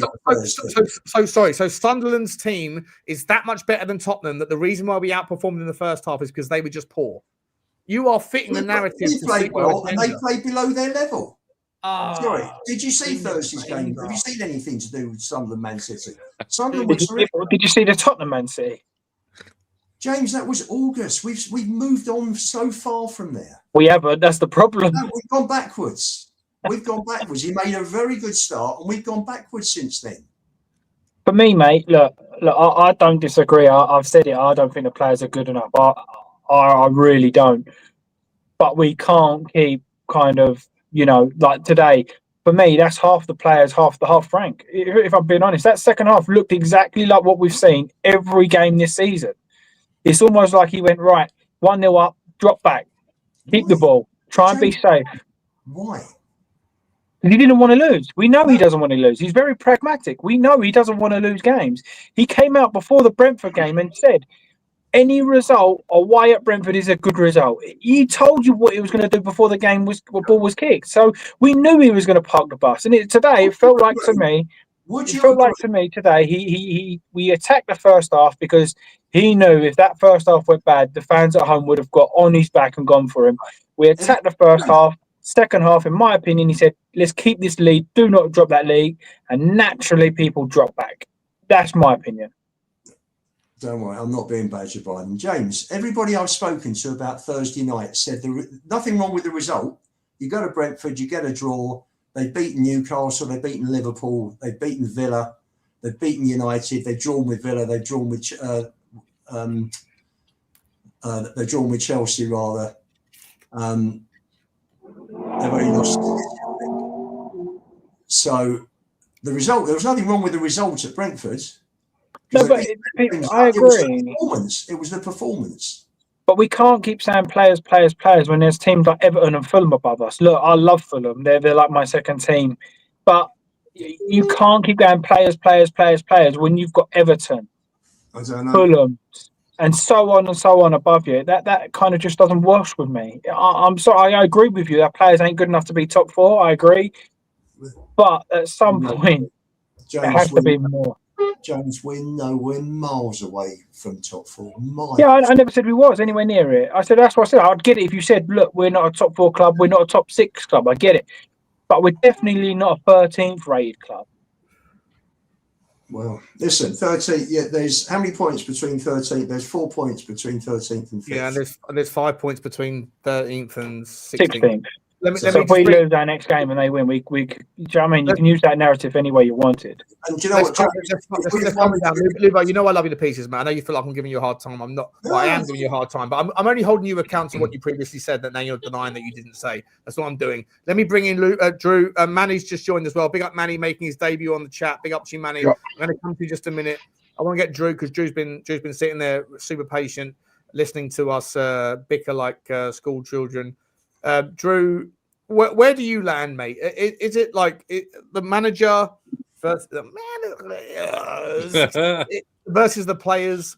You know, is it a combination of both? I'm sure it is a combination of both. But if you had to lean one way or t'other, which way would you lean? I think it's just I think there's too many people having too many opinions about that. Like I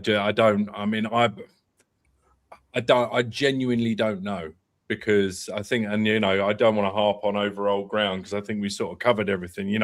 There's a young group of kids that don't really have much to look up to. There's no real leadership because it's all gone on the pitch.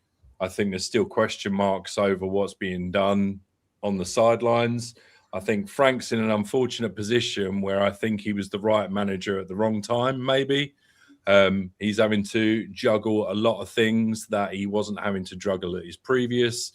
And I think you're also looking today at a team who had or are having currently, regardless of whether they got players away or not, they've got 4 to 5 days on a training pitch to get ideas and everything across, which is the luxury that Frank doesn't have at the moment. That's not making excuses. That's just facts because he said it himself. And I just maybe don't think he was fully prepared for the fact that he wasn't going to have as much. See you, James. That maybe he wasn't going to have as much time as he hopes that he would have on a training pitch, and that maybe the messages are taking longer to come across. I don't know. I'm trying to look at. I'm trying not to just sit here and just throw shade at everything and everyone. And there's just got to be a way of sort of moving forward and, I don't know, looking at a couple of the games coming up, looking where we can improve.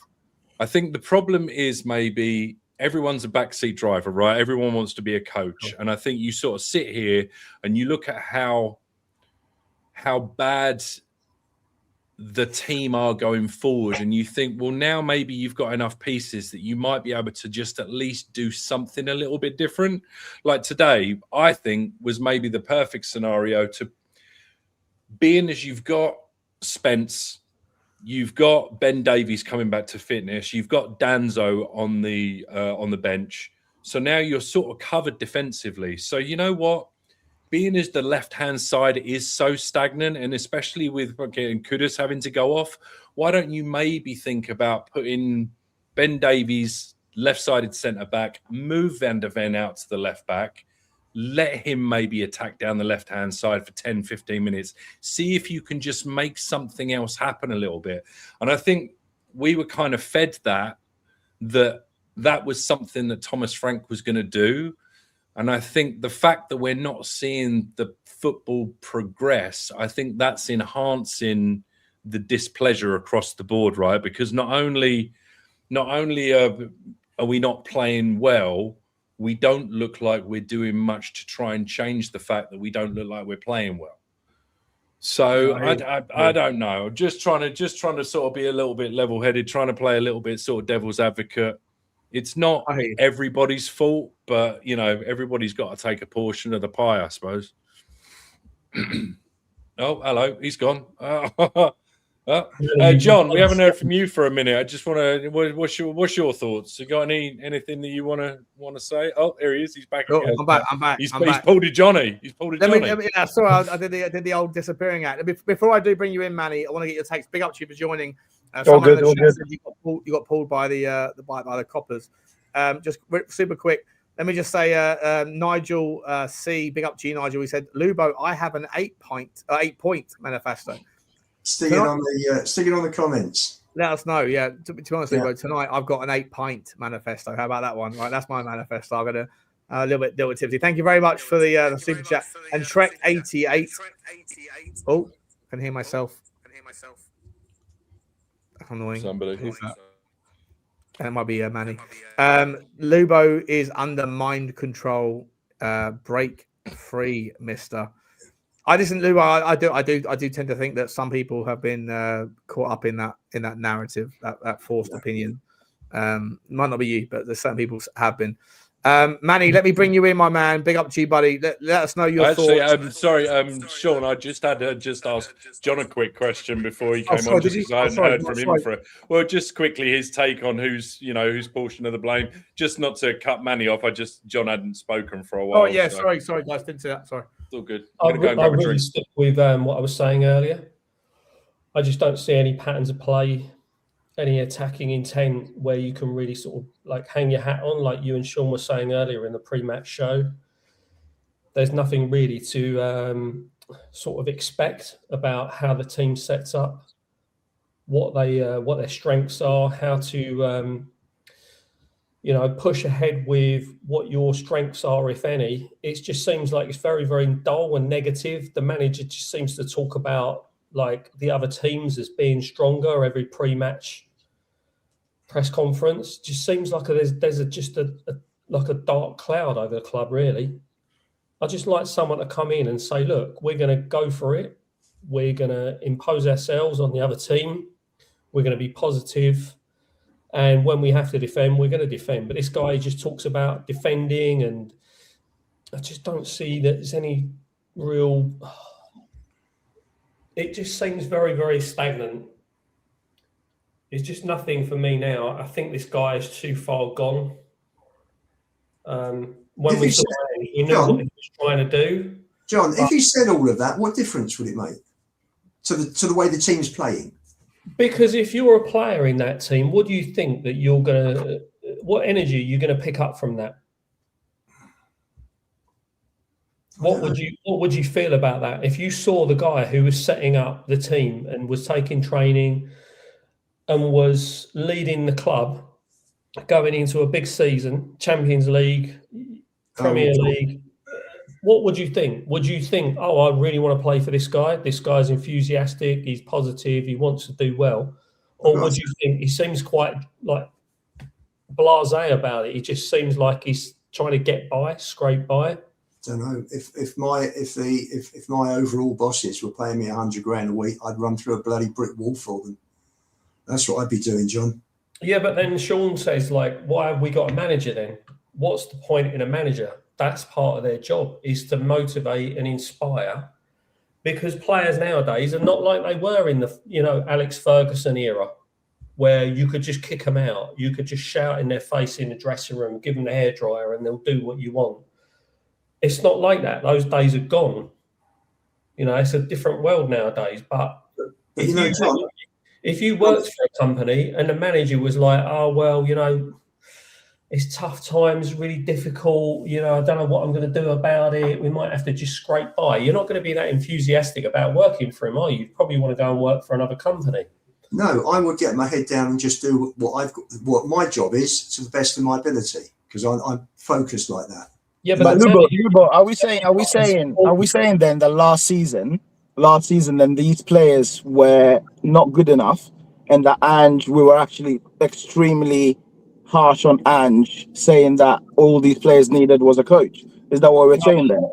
Saying that Ange was shit. Manny, I was needed a coach like Thomas Frank, and now Thomas Frank's come in. Now it's the players are shit. Well, that's what a lot of people are saying. That's what it was. When I was on another show, there was about 2 or 3 people, YouTubers, were saying this. So I was on a lot of those shows, and a lot of these YouTubers, all they said was this coach was a dud, and that all the players needed was a coach, and we would do better. Now we're saying that the players are all at fault. Like, listen, let me just give my 2 cents, because I'm on the M11, right, and there's a fire. And that's why I literally decided to just hop on story, and the topic has started moving. Is that why your face is sprayed with a fire lighting it up? Yeah, basically. But basically, all I want to say is I've been very, very critical with Frank, right? Today, I actually think it was a 50-50 situation. We played brilliantly in the first half, or let's say better than we've played in a very long time, right? And that was because he actually decided to put 3 attacking players behind Richie, and obviously Kudus got injured, but the attacking play was much, much better. And we should have, if we're honest with each other, we should have been 2-3 goals up by the time we got to the 60th minute. I think Richie had that chance that he should have squared to Muani, and I for the life of me, I don't know what he was trying to do. But for whatever reason, in the second half, Frank decided he was going to protect the 1-0. Like, people were literally at the stadium. Everyone was behind the team. And he decided to just drop a few yards back, allow Sunderland to have the ball and have time to think about what they wanted to do. And that's where I really, really struggle with this manager, because I'm thinking, hold on a second. How can a team play that way in the first half and revert back to type in the second half? And I'm hearing people saying to me, it's just the players. So what happened? They played the first half brilliantly, and then they came out in the second half and decided, oh, you know what? I don't want to play anymore. It makes absolutely no sense. You can see it. There was a point in time during the game where they were told, you know what? Stay in your shape. And I don't know whether you guys were at the game, but you could see Thomas Frank literally with both hands out trying to tell the players to stay in their shape. And that's where I really, really lose this manager sometimes, because I'm thinking, hold on a second, but your first thought is, let me not lose, rather than let me try and get a second to kill this game. He's genuinely thinking, let me just sit back and then hit them on transition. And the reason why I'm not wanting to blame him fully today is because, to be completely honest, we probably should have been 2-3-0 up before we even considered that first goal.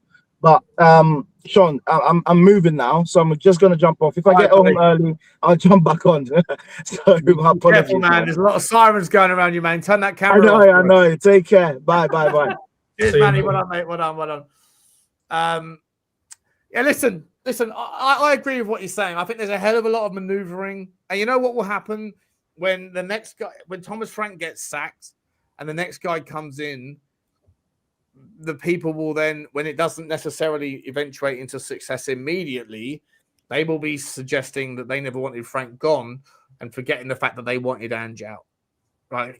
Like you can pivot, and you can, like you always say, Lubo, with new information comes new opinions, but you can't ignore what you said in the past, and you can't deny the kind of the tale of what's happened. What you can do is say, I was wrong here. Maybe now I see the light. That's different to saying, that's different to pretending like what you said previously is not what happened. I'm not saying that's what you're doing. It is what you're doing, but I'm not saying that necessarily about you. I don't think either of them are any good. I don't think Postecoglou or Frank are the right managers for Spurs. I've got to tell you something. Who's the right manager for Spurs? Christ. Personally, I bring back Pochettino. Yeah, so would I, but not for the same reasons you would. I want to bring back Pochettino because I want the fans to realise that it wasn't worth the last shag. I think the fans need to get it out of our system. That what we had back in 2017, 2018, 2019 was different. Right? No, but by the way, Tottenham fans want us to go and sign world-class players. We never signed world-class players when we were under Pochettino either. No. We signed players that became great players. Correct. But for me, it's an itch that needs scratching. Yeah. Because the fan base will always want him. But I think he will unite. I think he'll bring a spark back to the club. I think he'll unite the fan base. I think any manager needs at least 3 years and 6 windows to put right the mess that's happened over the last 6 years. Yeah, but don't you have to have seen something within the first 1 or 2 windows to be able to give a reason to back the next 4? Well, if you base on what he inherited last time and the way he changed it after that first season, Sean, I think he's worth that the opportunity. I really do. You think Thomas Frank's worth it? No, I'm talking about Pochettino. Oh yeah, but is Thomas Frank worth a 3rd and 4th window? No, personally, Pochettino's becoming free at the end of the summer. I bring him in, no question about it. Okay. Rain, welcome to the show, my man. How you doing, buddy? You got back? You just got home? Not too bad. It just got home. I've been listening on the car on the way home. Yeah, it's been spicy. And spicy. I've been desperate to come on. And Lubo's pissed off with me already. I can tell he's got this fire in him. No, listen. I came on. You asked me to comment on the game, and then you switched the narrative to everything else. So do you want me to talk about what you said? Or was it a general subject? I genuinely thought today, if players go out and they're the better team for the first half, you just carry on the second half. You just try and recreate what you've done the first 45 minutes. Why would you sit? So what? Yeah, but you can't actually do that. Let's be honest, right? You can't just play one way for 90 minutes. No team actually does that, right? And you have to have phases of play. Now, I'm mostly going to agree with Flower on today's game, which is I really felt like it was 50-50. Now, I think what's been missed is why we don't just attack constantly, and that's because the players have to go into energy conservation mode. And I think Frank. One of the things that we all said when we got Frank in the summer is the big concern is he's never managed a team that does 2 games a week. He's never managed a team that has European football, and he hasn't learned how to deal with that. And I think when you listen to his press conferences, that is the thing that he's really struggling with. He's really struggling with how do I ensure that I get the best players out on the pitch every single game, but at the same time maintain a decent amount of energy of football within the games. And the other problem that he's then got is when today he didn't manage the second half well. I can't pronounce the Sunderland manager's name, but the Sunderland manager managed the second half really, really well by bringing on fresh legs regularly to keep the momentum going. That's why they had the game, is because their coach. Now, Sean, the playing squad is not good enough zeitgeist. I take a lot of credit for that, right? Because I was saying it in the summer during the change for Tottenham I was on streams. I was saying this is the problem. This is the main problem. And I have been I have been joining Sava and saying, and I've done a couple of shows where we've had a look at the squad. But Sava wasn't saying that in the summer. Well, maybe Sava wasn't, but I know where I was, and I know where I was. Sava was saying the squad just needs to be coached. That's fine, but today, Frank needed to bring in fresh legs on, and so whilst I'm very, very clear that the squad is not good enough, today Frank did not do the things which he is personally responsible for. He has agency, he has ownership over who is on the pitch and when. And today he left it way too late, and he gave the momentum to Sunderland, and so they just took it. So when they were fresh, we were tired. Tel, Udogie, they were knackered. Why were they not attacking constantly? Because they were knackered. They were blowing. I could see it. I was there. Right? They were blowing. Yeah, and we didn't have any options on the bench, and one of the options was could have been a player that we sold to Crystal Palace before we brought in a replacement. Well, the options you've got on the bench are the options you got on the bench, and do you know what? That you need to put them on. If they're gonna be on the bench. He brought on Dane Scarlett. I don't remember Dane Scarlett touching the ball. I think 86th. It was like the 86th or 87th minute. It was way too late. That's the point. It was way too late that he brought subs on, Lubo. He absolutely should have been bringing subs on between 60 and 70 minutes to refresh those players. And I'm sorry, I've got to say it as well. You know, Davies did all right on the left-hand side, and I love the fact that he just. I thought Davies was fantastic. He's the best player on that. He's the best player on the pitch today for us. Absolutely, but if you're chasing the game, right, and if you want to get up the pitch, you don't bring Spence on at left back. Well, what I would say, guys, listen, just to move the conversation forward a tiny section here, is we are where we are. Right, Manor Solomon could have come back to the football club. I'm not suggesting he should have done, or it's a better option if we had it done. But he's been brought. He could have been brought back. He hasn't been. Brennan Johnson's been loaned out. We've now got Kudus out injured. Sorry. Oh, Brennan Johnson's been sold, not loaned out. Sorry. Brennan Johnson's been loaned out. We've got the same with. Maddison's been loaned with an option. Brennan Johnson's been sold. Your boy Jamie Donnelly has been loaned with an option to buy to Oxford, which is weird. Yeah. We have, as it stands, been told by Thomas Frank that he's been working. People have been working hard, all this stuff, right? But yet Paratici's Paratici tonight allegedly is in Florence, about to sign on the dotted line over there. Savinio, a player that we're supposed to be signing, is now allegedly injured, a bad one. Kudus is now injured. Is it bad timing? Is it bad luck? Or is it bad preparation that the football club, again, this is not about Thomas Frank. This is about people above him. This is about Levy's legacy, the new people that are in charge, whatever. But it looks to me like we can't fill a fucking bench with anything but kids and players we don't want. Dane Scarlett's failed 6 different loans or whatever it is, and he was the player we had to bring on because we had no other options. Kudus is now injured. We got a game on Tuesday. Is it Tuesday night? We got a game, Lubo? Wednesday night. Wednesday night we got a game. Another game on Saturday? Yep. Another game on Wednesday? No. Then I think it's 7 days. 7 days. Then it's a week till West Ham. Okay. Villa and West Ham is a week. Do you perceive Tottenham are going to sign a player between now and our next game?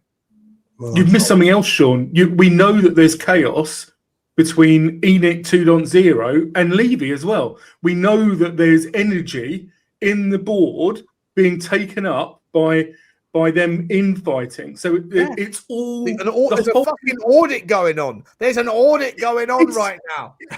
If you've ever been in corporate space when there's all going on, it just sucks up. There's so much energy in the club right now that isn't going into making sure we've got the best team on the football pitch.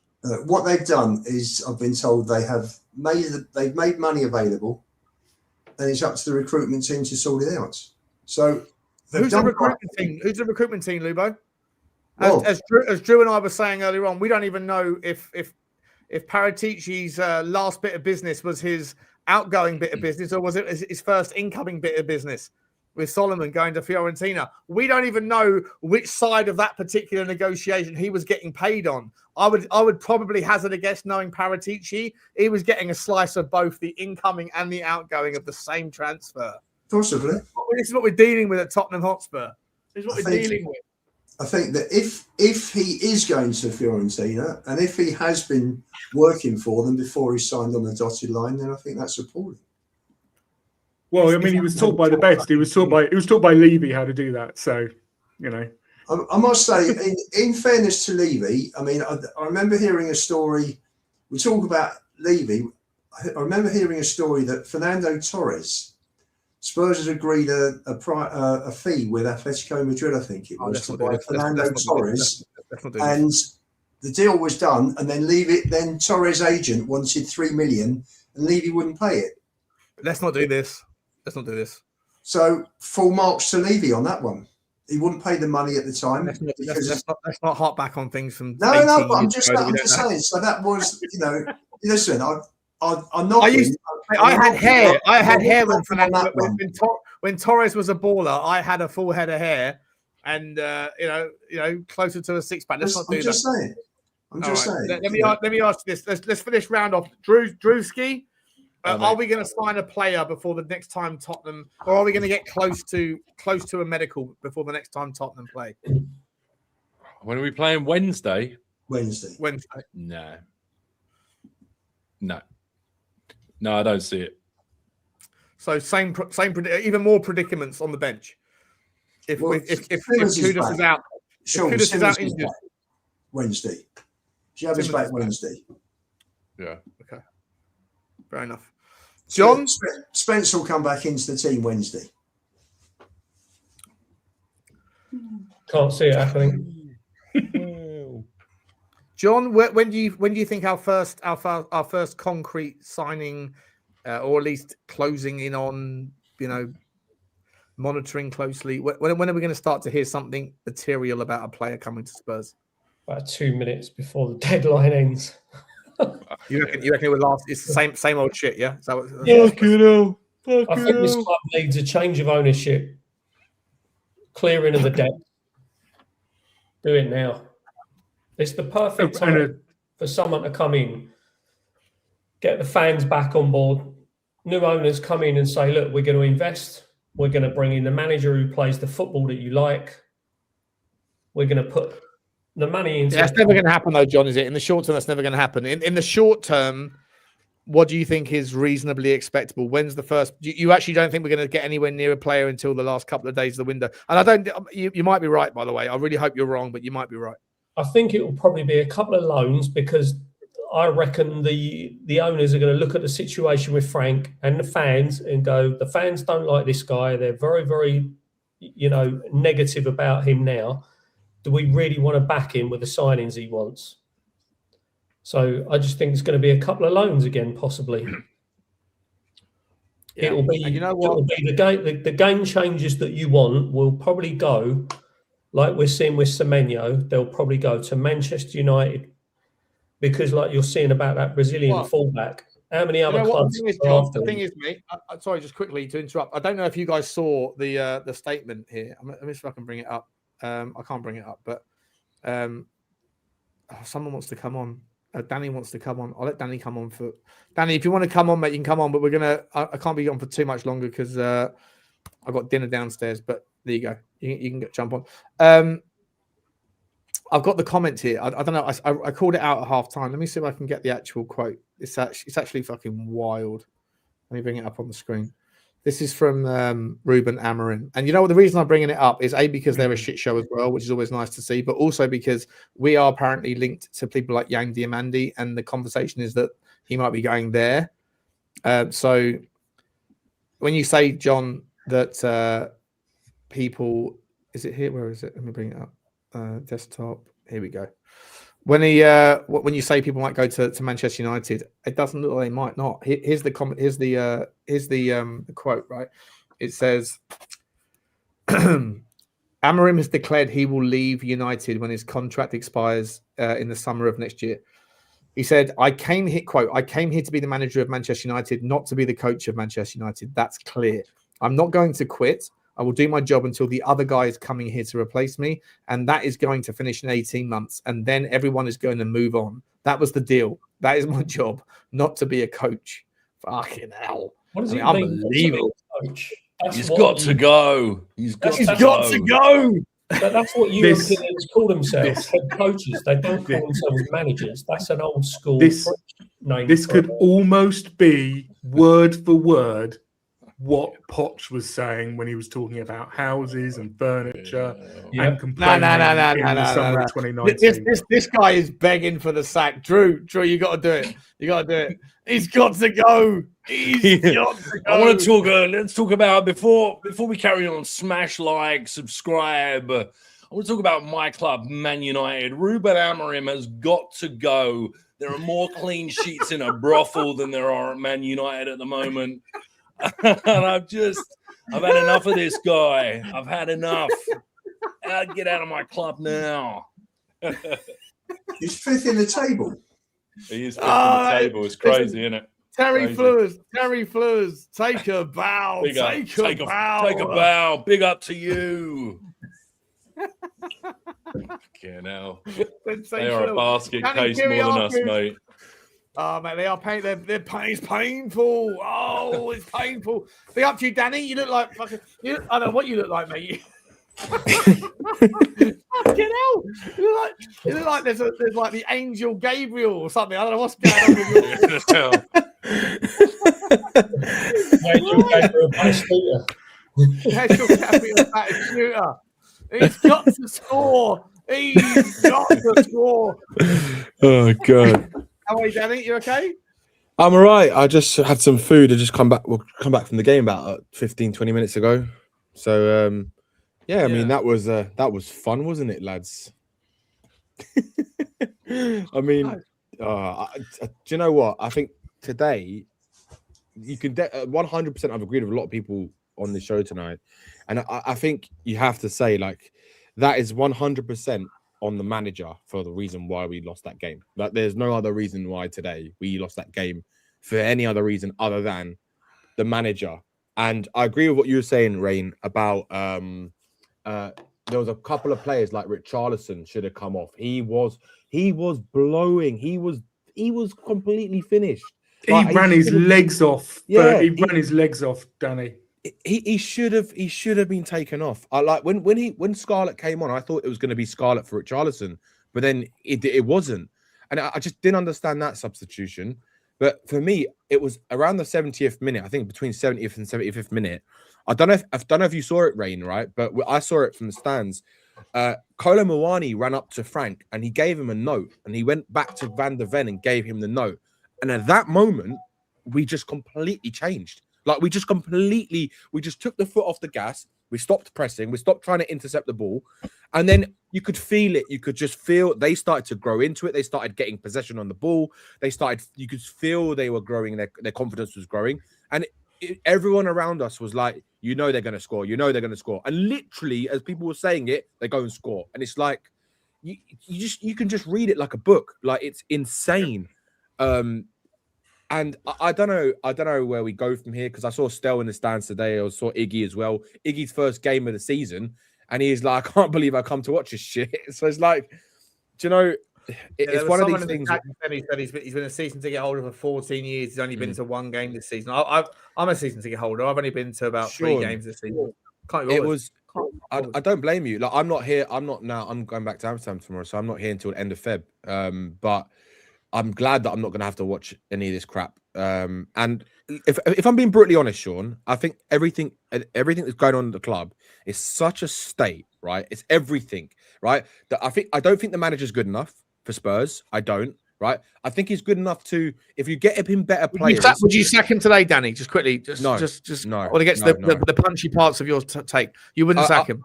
No, and I'll explain why, Sean. Like, I think if you sack a manager right now, right at the beginning of a January transfer window, after he signed, what was the contract he signed? 3 or 4 year contract, wasn't it? 4-year contract, right? He signed a 3-year contract. Yeah, 3 years. Right, 3-year contract, right? What does that tell any manager if you go and sack him after 5 months and he's had 2 permanent signings, right?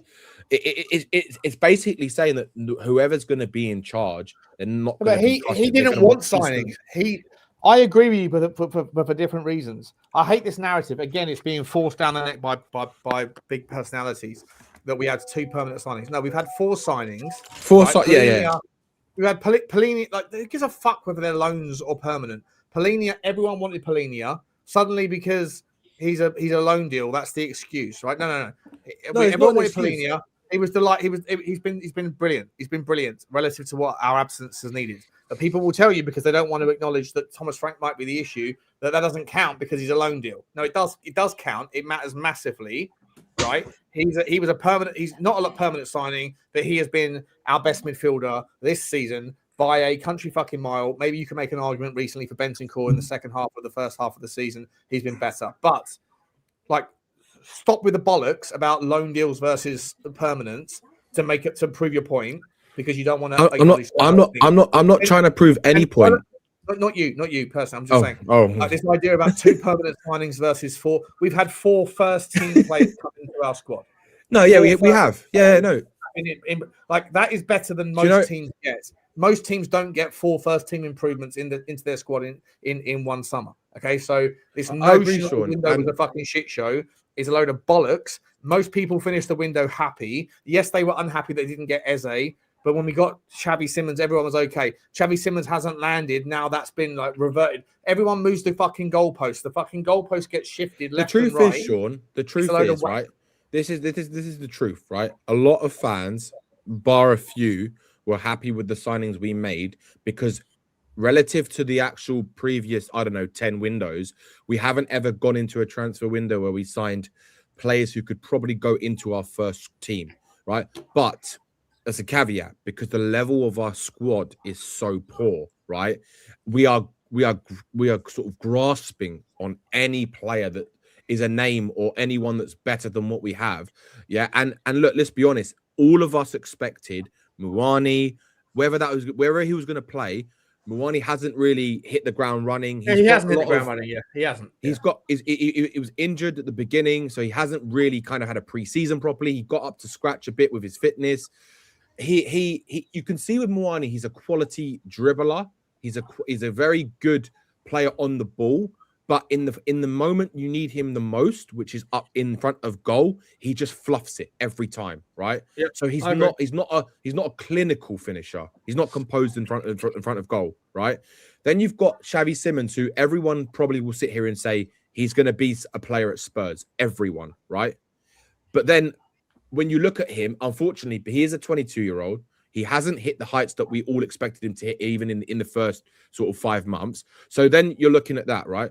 And then you've got the other 2 players. Pauline is arguably our best signing, and so is Kudus, I'd say. And for Kudus, unfortunately, that was inevitable what was going to happen today, because he has looked like he's on the verge of an injury for the last 4 weeks or so, because he's just been overplayed and everything is going down his direction. And today that looked like a muscular injury, which is probably going to be out for 3 to 4 weeks now, right? So we've now lost our most creative outlet this season, right? Statistically. So it's like, and we've sold Brennan Johnson, even though I'm glad we sold Brennan Johnson. It's like we are clutching at straws with players we have available. Just look at the bench we had today. It was a shambolic, right? And I think Danny, let me ask you this, Danny. Were Tottenham too quick to sell Brennan Johnson? No, definitely not. We have to. If we Tottenham fans, we're not even conversating. We're not even in. We're not what is at least we don't know. No, but Sean, we don't know, right? But I'm going to give my opinion on this, right? I think Tottenham fans are too short-sighted, right? I think they look at what's happening right now and they want instant gratification. They want instant success. They want to see football, the best football. They want to see us winning. Let me just finish my point. No, wait, because I'm asking you about a specific thing. Don't talk about because Tottenham fans generally. I completely agree with you, right? Yes, every Tottenham fan, and not just Tottenham fans. Everyone wants. I get that, but I'm talking about if you're going to sell a player that's one of the few options on your bench. Generally, if you're going to sell a player and you know that you've got 4 games in 13 days and you aren't even in conversations, or at least Ornstein hasn't let us know that we're even anywhere close to bringing someone in, is that not a little bit silly? No. It's one thing to let him go. We all on board it. But isn't it another thing to say you can go, but we just need to make sure that we're close on someone else? But the truth is, Sean, like, why is it that we have to know what's going on in terms of their transfers, right? For all we know, they've got things lined up. We don't know. 31st of January, and it's now the 4th, and we played 2 games without him. Yeah. Sorry, Danny. Okay. I think it's even simpler. I think it's even simpler, mate. Money's on the table. We know that we need to free up. We know that we need to free up squad places. If we wait and we don't take the money and free up that squad place for a player who's clearly not. Yeah. Well, whatever he did last season, he's not good enough. He's not. And none of us really think that he's a Tottenham player. Yeah, so you take the money and you move on. We have to. Sean, I think can I just say something? Done with him against Brentford, and we could have done with him today. But this is the problem we have with Spurs fans, right? We talk about over the years that we're not a ruthless club, and all we do is basically keep hold of players until their contracts run down, and we don't have no value for them when we buy a player. So then we don't invest properly into the squad, right? When you've got an option where you've got £35 million, because let's face it, next season, no way in hell is Brennan Johnson going to be worth £35 million. Let's be honest, right? He's biased for that, Danny. So I'm not arguing against selling him. I'm not even arguing against selling him now. But Sean, I'm just saying we sold him on the 31st of December, right? And I've got my thing out here because I'm getting annoyed. Okay? We sold him on the 31st of fucking December, okay? And it's now the 4th, and we aren't even in conversations with anyone, according to anyone that gets know that. It's just you're assuming. You're assuming. Sure. Okay, sure. But if we wake up tomorrow and we're still not close, and we wake up on Tuesday and we're still not close, we've got to play. When is it? When is it, Lugo? Bournemouth on Wednesday? Yeah. Bournemouth on Wednesday, yeah? So I'm just saying it's one thing to sell a player. I'm all for it. I'm all for it. Congratulations, right? Make the first move, do it. But at least know that you're close. And if it turns out we're not close, Danny, if it turns out by the 7th or 8th of January that we're nowhere, then isn't Paqueta goes somewhere else. Paqueta lands somewhere else. We don't get Paqueta. There'll be a massive meltdown. Savinho's now fucking injured. Malik Fofana's now injured. Kudus is now injured. You know what I mean? This is the thing is, Sean, right? The problem is that this club has been known to not have any plan in place with any transfer window, any manager. So to me, if we don't sign anyone in the next 10 days, right? Like, let's be honest. Like, what has really changed at Spurs? Like, if we're being honest, right? It's still the same thing. And rather than okay, we wait until we actually buy a player or two by the end of the window. Yeah, this time we've gone and sold a player, and what? We don't know. Like, it could be the same thing where we sell a player and there's no plan to buy anyone else. Like, if that to me is negligence on the operation Tottenham Hotspur are running. Yeah, but Sean, I'm not concerned in the way you might be, because for me, I want to see what this board is going to do with this window. The window's not done yet, right? I don't care if Johnson is gone and we haven't got a replacement. How many games, Luba? How many games we got in January? From now, we've got, if you're including Man City, which is the 1st of Feb, I think we've got another 6. See, for me, we've got 2 games in the Champions League. We got the FA Cup, one FA Cup, and then you've got Bournemouth, West Ham, Burnley, and then City on the 1st of Feb. So 7 games between now. 7 games in 28 days. Yeah. Yeah, and look, and Sean, that will to me will show me that it doesn't really matter if Levy's here or not. It doesn't matter because it is poor planning for a window that they should have been planning for. It did matter to you whether Levy was here a few months ago, didn't it? You were like, Levy out, Levy out, Levy out. It did matter then, Danny. So is a lot of people, Sean. No. Can I just ask? Does anybody here on the have a flip flop? Everyone changes their mind, like they didn't say that last time. We have a flip flop, trying to erase the past. Well, buddy, you're having a laugh. I want to ask a question. Does anyone here on this panel think that if we hadn't taken the Johnson money at this cursed club, that he wouldn't be injured today? Yeah, I think everything that I know about Tottenham Hotspur says if we didn't get him out of the club when the money was on the table and he was ready to go, something would have stopped it if we hadn't got it done. Rain, Bournemouth are trying to sort out a replacement at the moment, which is why Semenya didn't go on the 1st or the 2nd of the month. Now, I'm all for selling Johnson. I think it's good money, but you've got to have a replacement in. I don't care, Lubo, that we don't have a replacement because Danny, what was Johnson done? What has Johnson done this season? He's done nothing. Every time he plays, Lubo, he's crap. He's rubbish. He's Lubo. Today, I saw football players who couldn't even throw a bloody throw a ball for a throw in. Both things are true. Both things are true, mate. Yeah. Johnson has played half the minutes that Mawani has, and he's scored twice the amount of goals. Now, we're talking poor and not so poor. Let's get it straight. This is what we're talking about.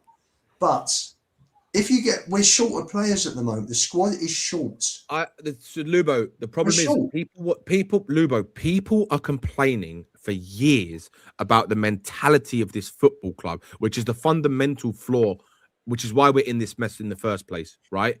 Because the culture is disgusting. It is disgusting, right? And until the culture changes, right, nothing changes, right? The culture has to change, and it has to start somewhere. We cannot expect a culture to go and flip from where Tottenham were the last 5-6 years, right, to a different Tottenham. It doesn't work like that. That's not how life works, right? Yeah. People expecting so much so soon, it just doesn't work like that. You need to be realistic, right? If Tottenham of old, Lubo, would have waited and then Johnson would have got injured or he wouldn't have been sold. And then what? Hold on, Lubo. It's not what we're saying. Next season, that's not what we're saying. You guys are unhappy. Why not have made a move for the player that you've been looking at since September? Because maybe, Sean, the club are still the same. They're not planned. They haven't planned. But you're saying Tottenham of old would have waited. That's fine. So they decided to accept the money. Tottenham of old wouldn't have sold Brennan Johnson, and he would have rotted at Tottenham until the end. So Tottenham of old wouldn't have accepted the money. Fine. Tottenham of old also wouldn't have bought someone, but the new Tottenham have decided to sell a player that it turns out we could have used today.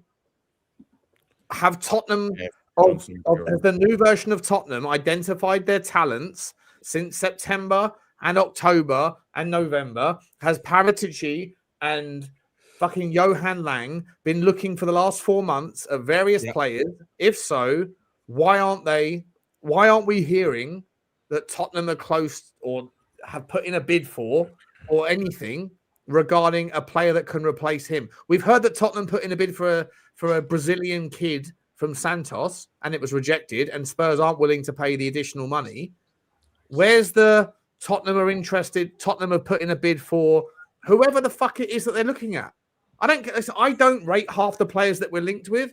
I don't particularly rate Savinho. I don't particularly rate Samu Agahawa. I don't particularly rate a lot of these players. But if you're willing to sell a player for 35 million quid, Crystal Palace picked up the phone and said, "We want your player." How much? 35 million. Okay, we'll pay it. Cool, done. Bang. He's gone. So then what it tells me, Sean... He spent the last 4 months. Getting around the table going, we like this guy. Thomas Frank said we've got our first, second, third, fourth, fifth, and sixth player in every position. Verbatim, that's what he said. Yeah, we have he did say that. identified our targets in every position. Every position. First, second, third, fourth, fifth, and sixth. Mm-hmm. So if that's true, right? If that's true, then the question goes back to what are the club doing, Sean? What are they doing?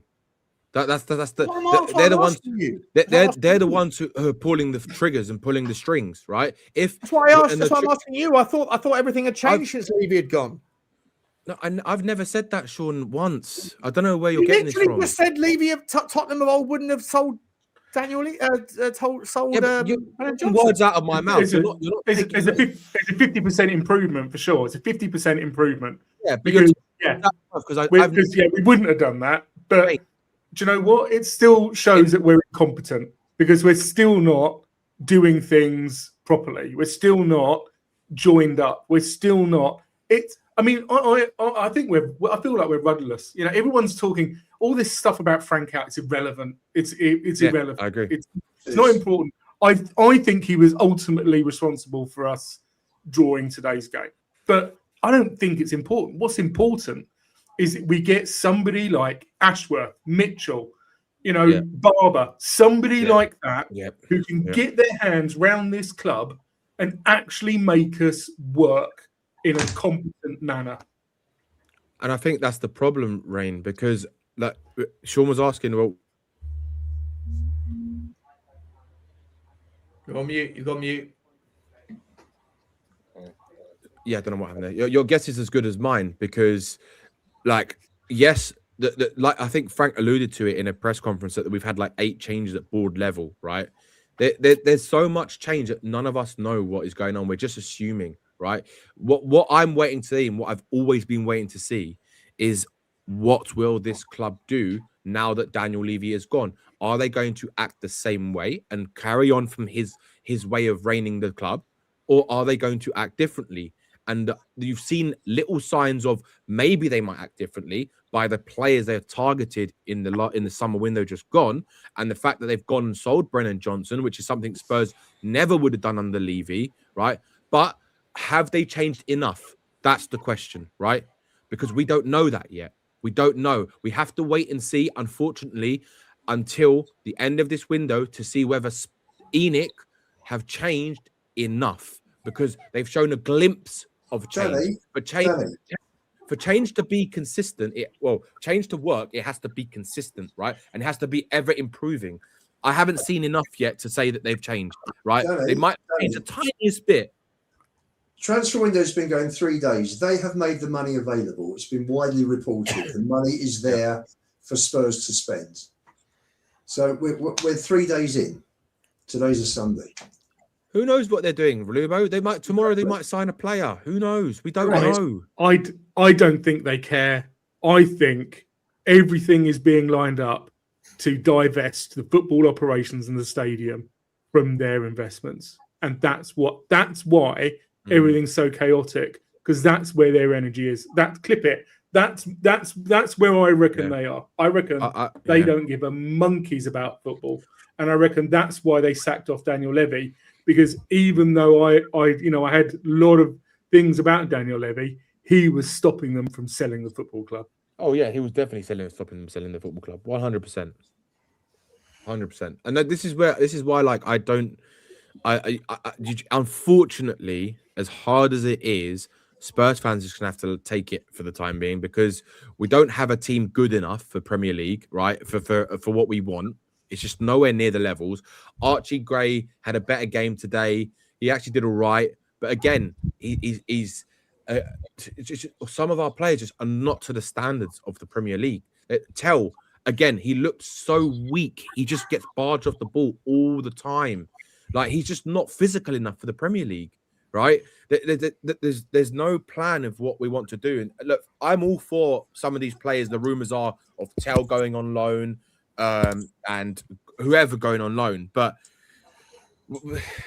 we just have to wait and see what happens. What else can a Spurs fan do right now is other than see what happens? Because it's either going to go one of two ways. They're either going to be the same old Spurs, they're going to neglect the squad, right? And it's going to be very, very underwhelming. Or we're going to see something completely different that we haven't seen before. And actually, they're going to go and get some really good talent in the window. But it's too early to say, man. We're on the 4th of January. Yeah. Like, who knows? Tomorrow, next week, we might sign two players, Sean. Listen, I hear you, mate. Listen, I don't disagree with what you're saying, by the way. And I'm challenging your narrative. Just because I know. I actually agree with what you're saying about, like, should we have sold Brennan Johnson early? Fuck yeah, like, get him out. I don't want him at the club. But I'm just like, it's like you're fixing negligence. It's negligence. Half of the conversation is, okay, move him on, move on Manor Solomon. If you don't rate Jamie Donnelly, I know that Lubo's got a massive problem with the football club for putting an option on the Oxford deal. But like, where's the next part of the conversation, which is, if you're going to let someone go on January the 1st, surely you should be close. You should have close to getting something done by January the 3rd. Sean, you'd expect someone of the level of Paratici, and let's just say Lange as well, even though I think he needs to be fired. He's useless. Paratici's in Florence right now, mate. If that is true, right? If that is he's in Florence, it is true. He wasn't at the game today. But it just goes to show, Sean, of how pathetic this club is being run right now. Because our co-sporting director is about to sign for another club at the beginning of the January transfer window, right? And what the hell is Lange doing? Like, he's useless. We have regressed since he's come into the football club. We haven't got better. We've got worse and worse. So again, the decisions to keep those people in charge come from the above. And if they feel that Lange is good enough for Tottenham Hotspur, then what does that tell you? What does that tell you? I really hope that's not the case. I really hope that's not the case. Because that Man City have just drawn to Chelsea. I hope that's not the case. It is the case. It is the fucking case. Oh, for fuck's sake. Drew, John, and Lubo, let me bring you guys in, and Rain as well on the final takes. We'll round off in 5 minutes to give you final takes. Drew Skis. It is true. It is true. He's just scored. He has just scored. You're absolutely end has done it. All right, they'll still bottle it. They're still going to bottle it. Don't you worry. Don't you worry. Oh, fuck, that's annoying. That's so annoying, isn't it? Drewski, final words, and I'll come to John, and I'll come to Lubo, and I'll come to Rain as well. How do Tottenham get out of this mess? When do you predict the next signing, the first signing, if there is one? I think that probably, it's probably going to be this. I would hope it would be this week, especially given the fact that we've let Johnson go, and now that's been, compounded by the fact that Kudus has got a knock. So I would like to think that there's been enough put in place that you would at least be sniffing around this week. If we're not, then, I mean, will I be surprised? No. I'm not surprised by anything in this club anymore. I don't know. I took 6 months off. Nothing's changed. I might just see you lot in the summer.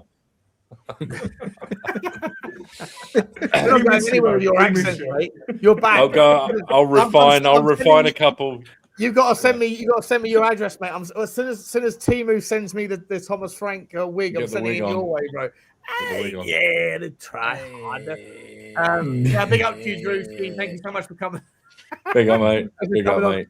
Big up to the chat. Big up to everybody. Big up to you. John, I'll come to you, mate. Final words, my man. What's your how does Tottenham get out of this mess? Where do you see our next win coming from? How about that? Bournemouth in 3 days. No chance, right?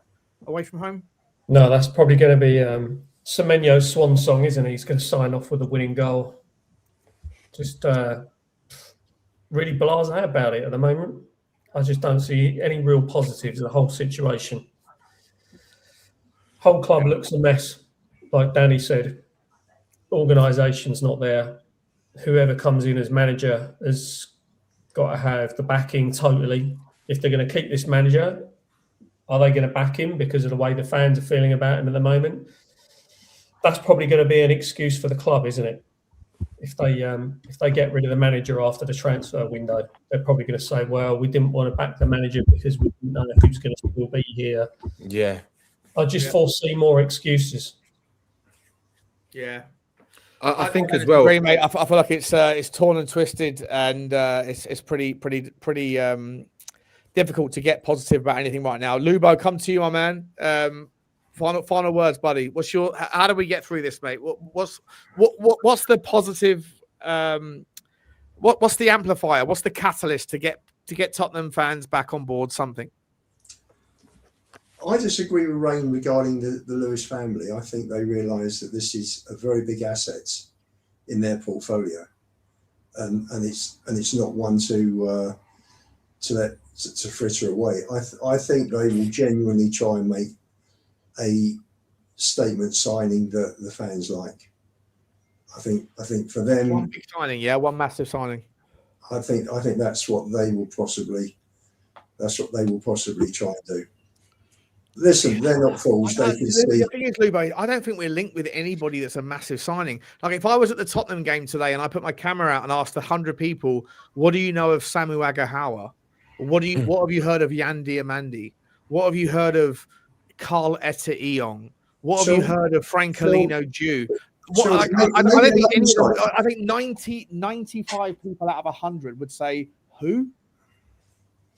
You asked me to spin a positive. No, sorry. Good. You asked me to spin a positive. What will get the fans on board? Someone exciting. It may even be a loan signing. It may not be a permanent signing. But we need something because this squad is. We'll finish where we are now. That's where we are. I think Spurs fans have got to wake up. This is where this squad is. This is the level of our squad at the moment. Yeah. You know, cheeky Rodrigo. That would cheer everybody that up, would be right? The one. That would if be they the just one actually pulled it out and was just like, do you know what, fuck it, let's just do it. 6 months. That would be the one. Everyone knows his name. So everybody people that spend time watching us, bozos, but the people that go to the game, they go, "Oh, Rodrigo, I know him. He's like that Vinny Jr. guy, right?" Like that's what, like, you know what I mean? Whereas, or Savinho probably gets that gravitas for some reason because he's got that kind of name. But Yildiz, I know people were saying Yildiz in the chat. Guarantee you 90% of people that watch Tottenham at the stadium don't have a fucking clue. No, of course not. Well, here's the thing. I know you're obviously trying to wrap up, but here's the thing. I know I've just thrown it out there, but like also in the back of my mind a little bit, it's like, is that enough, really? Does he even have enough of a pull within in terms of on the field? Does his actual role mean that all of a sudden this team takes off? I still don't think so.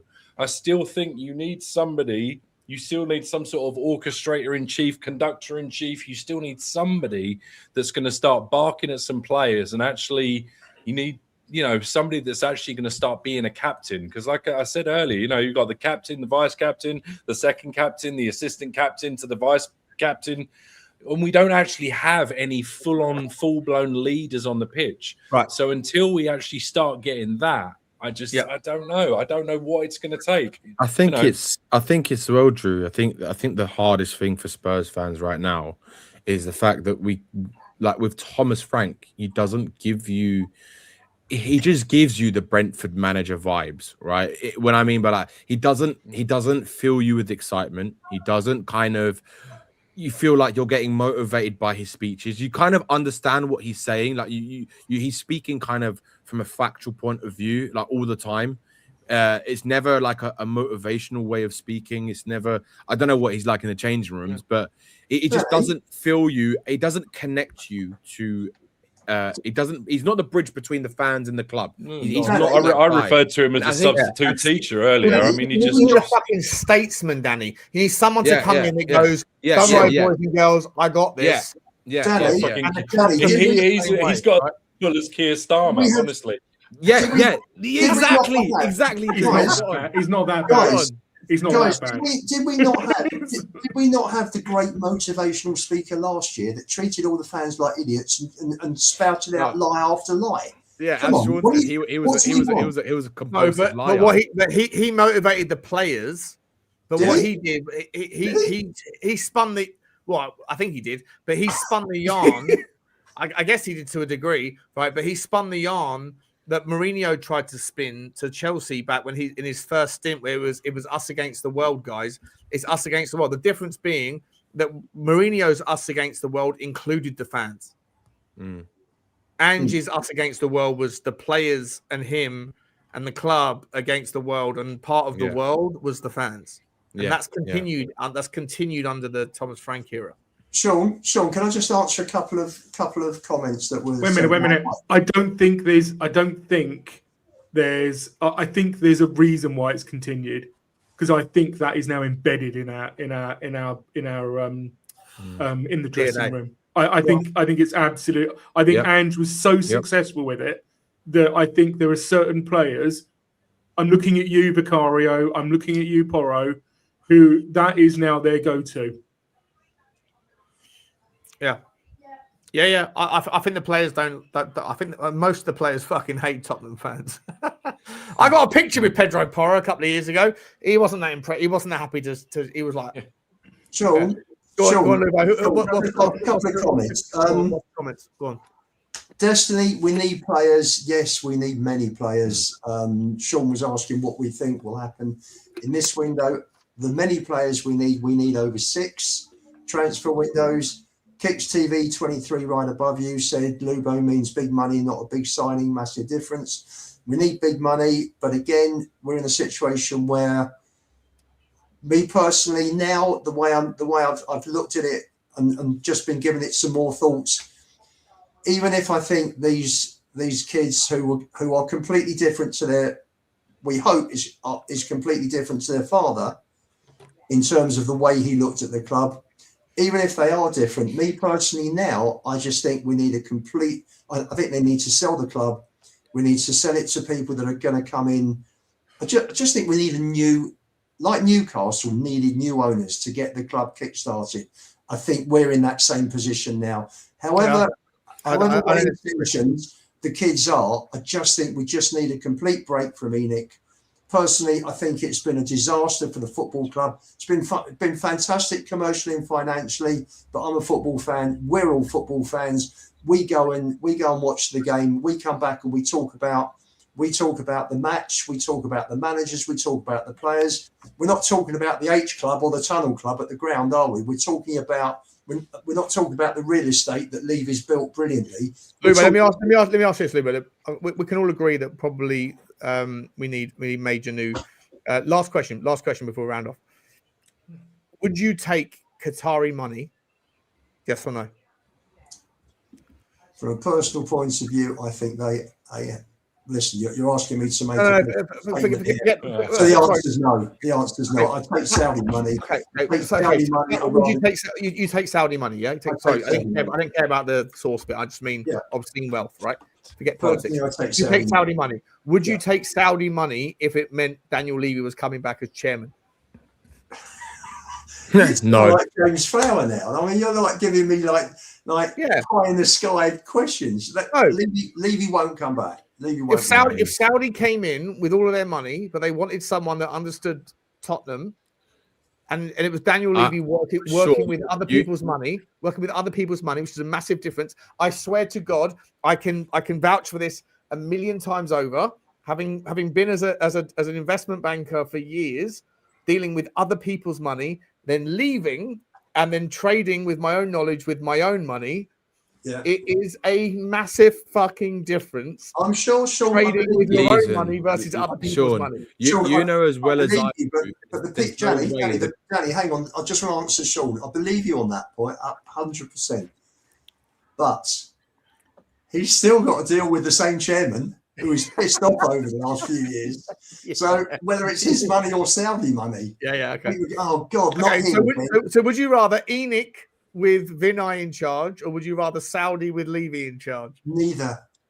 I'm not giving you the. I'm not giving you the neither option. No. Because it's not going to happen, Sean. Bro. It's not going to happen. Sean, you know, in business, there's more than 2 options in life. We don't need Qatari money. We don't need Saudi money. We need somebody to come in and organise the club better. Because it is an absolute mess. I will give you a couple of positives to walk away with. If we play more like we did in the first half, then we will pick up a hell of a lot more points. The first half half was really was absolutely fantastic. We just needed more of those moments in the second half. The other massive positives, you know, people are talking about signing players, but the other massive positives that will really help us in January, February, March, April, towards the end of the season, is getting Solanke and Kulu back on the pitch and having some energy. Having some energy from those guys. Pipe dream. Well, that may be. I've just noticed there's more and more grey. All I heard last season was Decky's fucking shit and falling off, and Solanke was a waste of money. Yet now they're the salvage. Now they're the saviours of what we need. I don't listen, guys. Listen, I want to say a massive thank you to all 7 of you or 6 of you. I know that James Flower was the 7th. Big up to him for coming on, and I want to say a massive thank you to everyone that's been involved in the chat, and big up to Lemos ZA for the new membership. Tomorrow afternoon or evening we're going to do the members phone-in show, so big up to you guys. Please do. There's I've got I think it's 250 members of this channel, but whenever I do a members phone-in show, only 4 people turn up, so please, if you are a member, then please come on and show your face and do tell us how you feel. I will say a massive thank you to Lubo. Johnny Boy, big up to you, my man. Drewski, big up to you, buddy. As always, his screen's frozen in a really weird position. He's doing this. He's doing the old Rain, big up to you, my man. And Danny Kiriakou. Danny, Jesus Christ, Kiriakou. Yeah, absolutely sensational. That hair looks fantastic. I appreciate all of you guys. Listen, we'll be back tomorrow for more Tottenham chewing it through the content. And we're also going to be back on Football Inc. and Spurs 5 as well tomorrow night. And by the way, for those of you guys that are interested in the rabbit hole, we'll be back as well very soon, either tomorrow or Tuesday. But appreciate everyone. Thanks everyone for joining. Thank you for all the super chats and the support. Appreciate all you guys on the screen for joining us. Love you all. And as always, come on, you Spurs.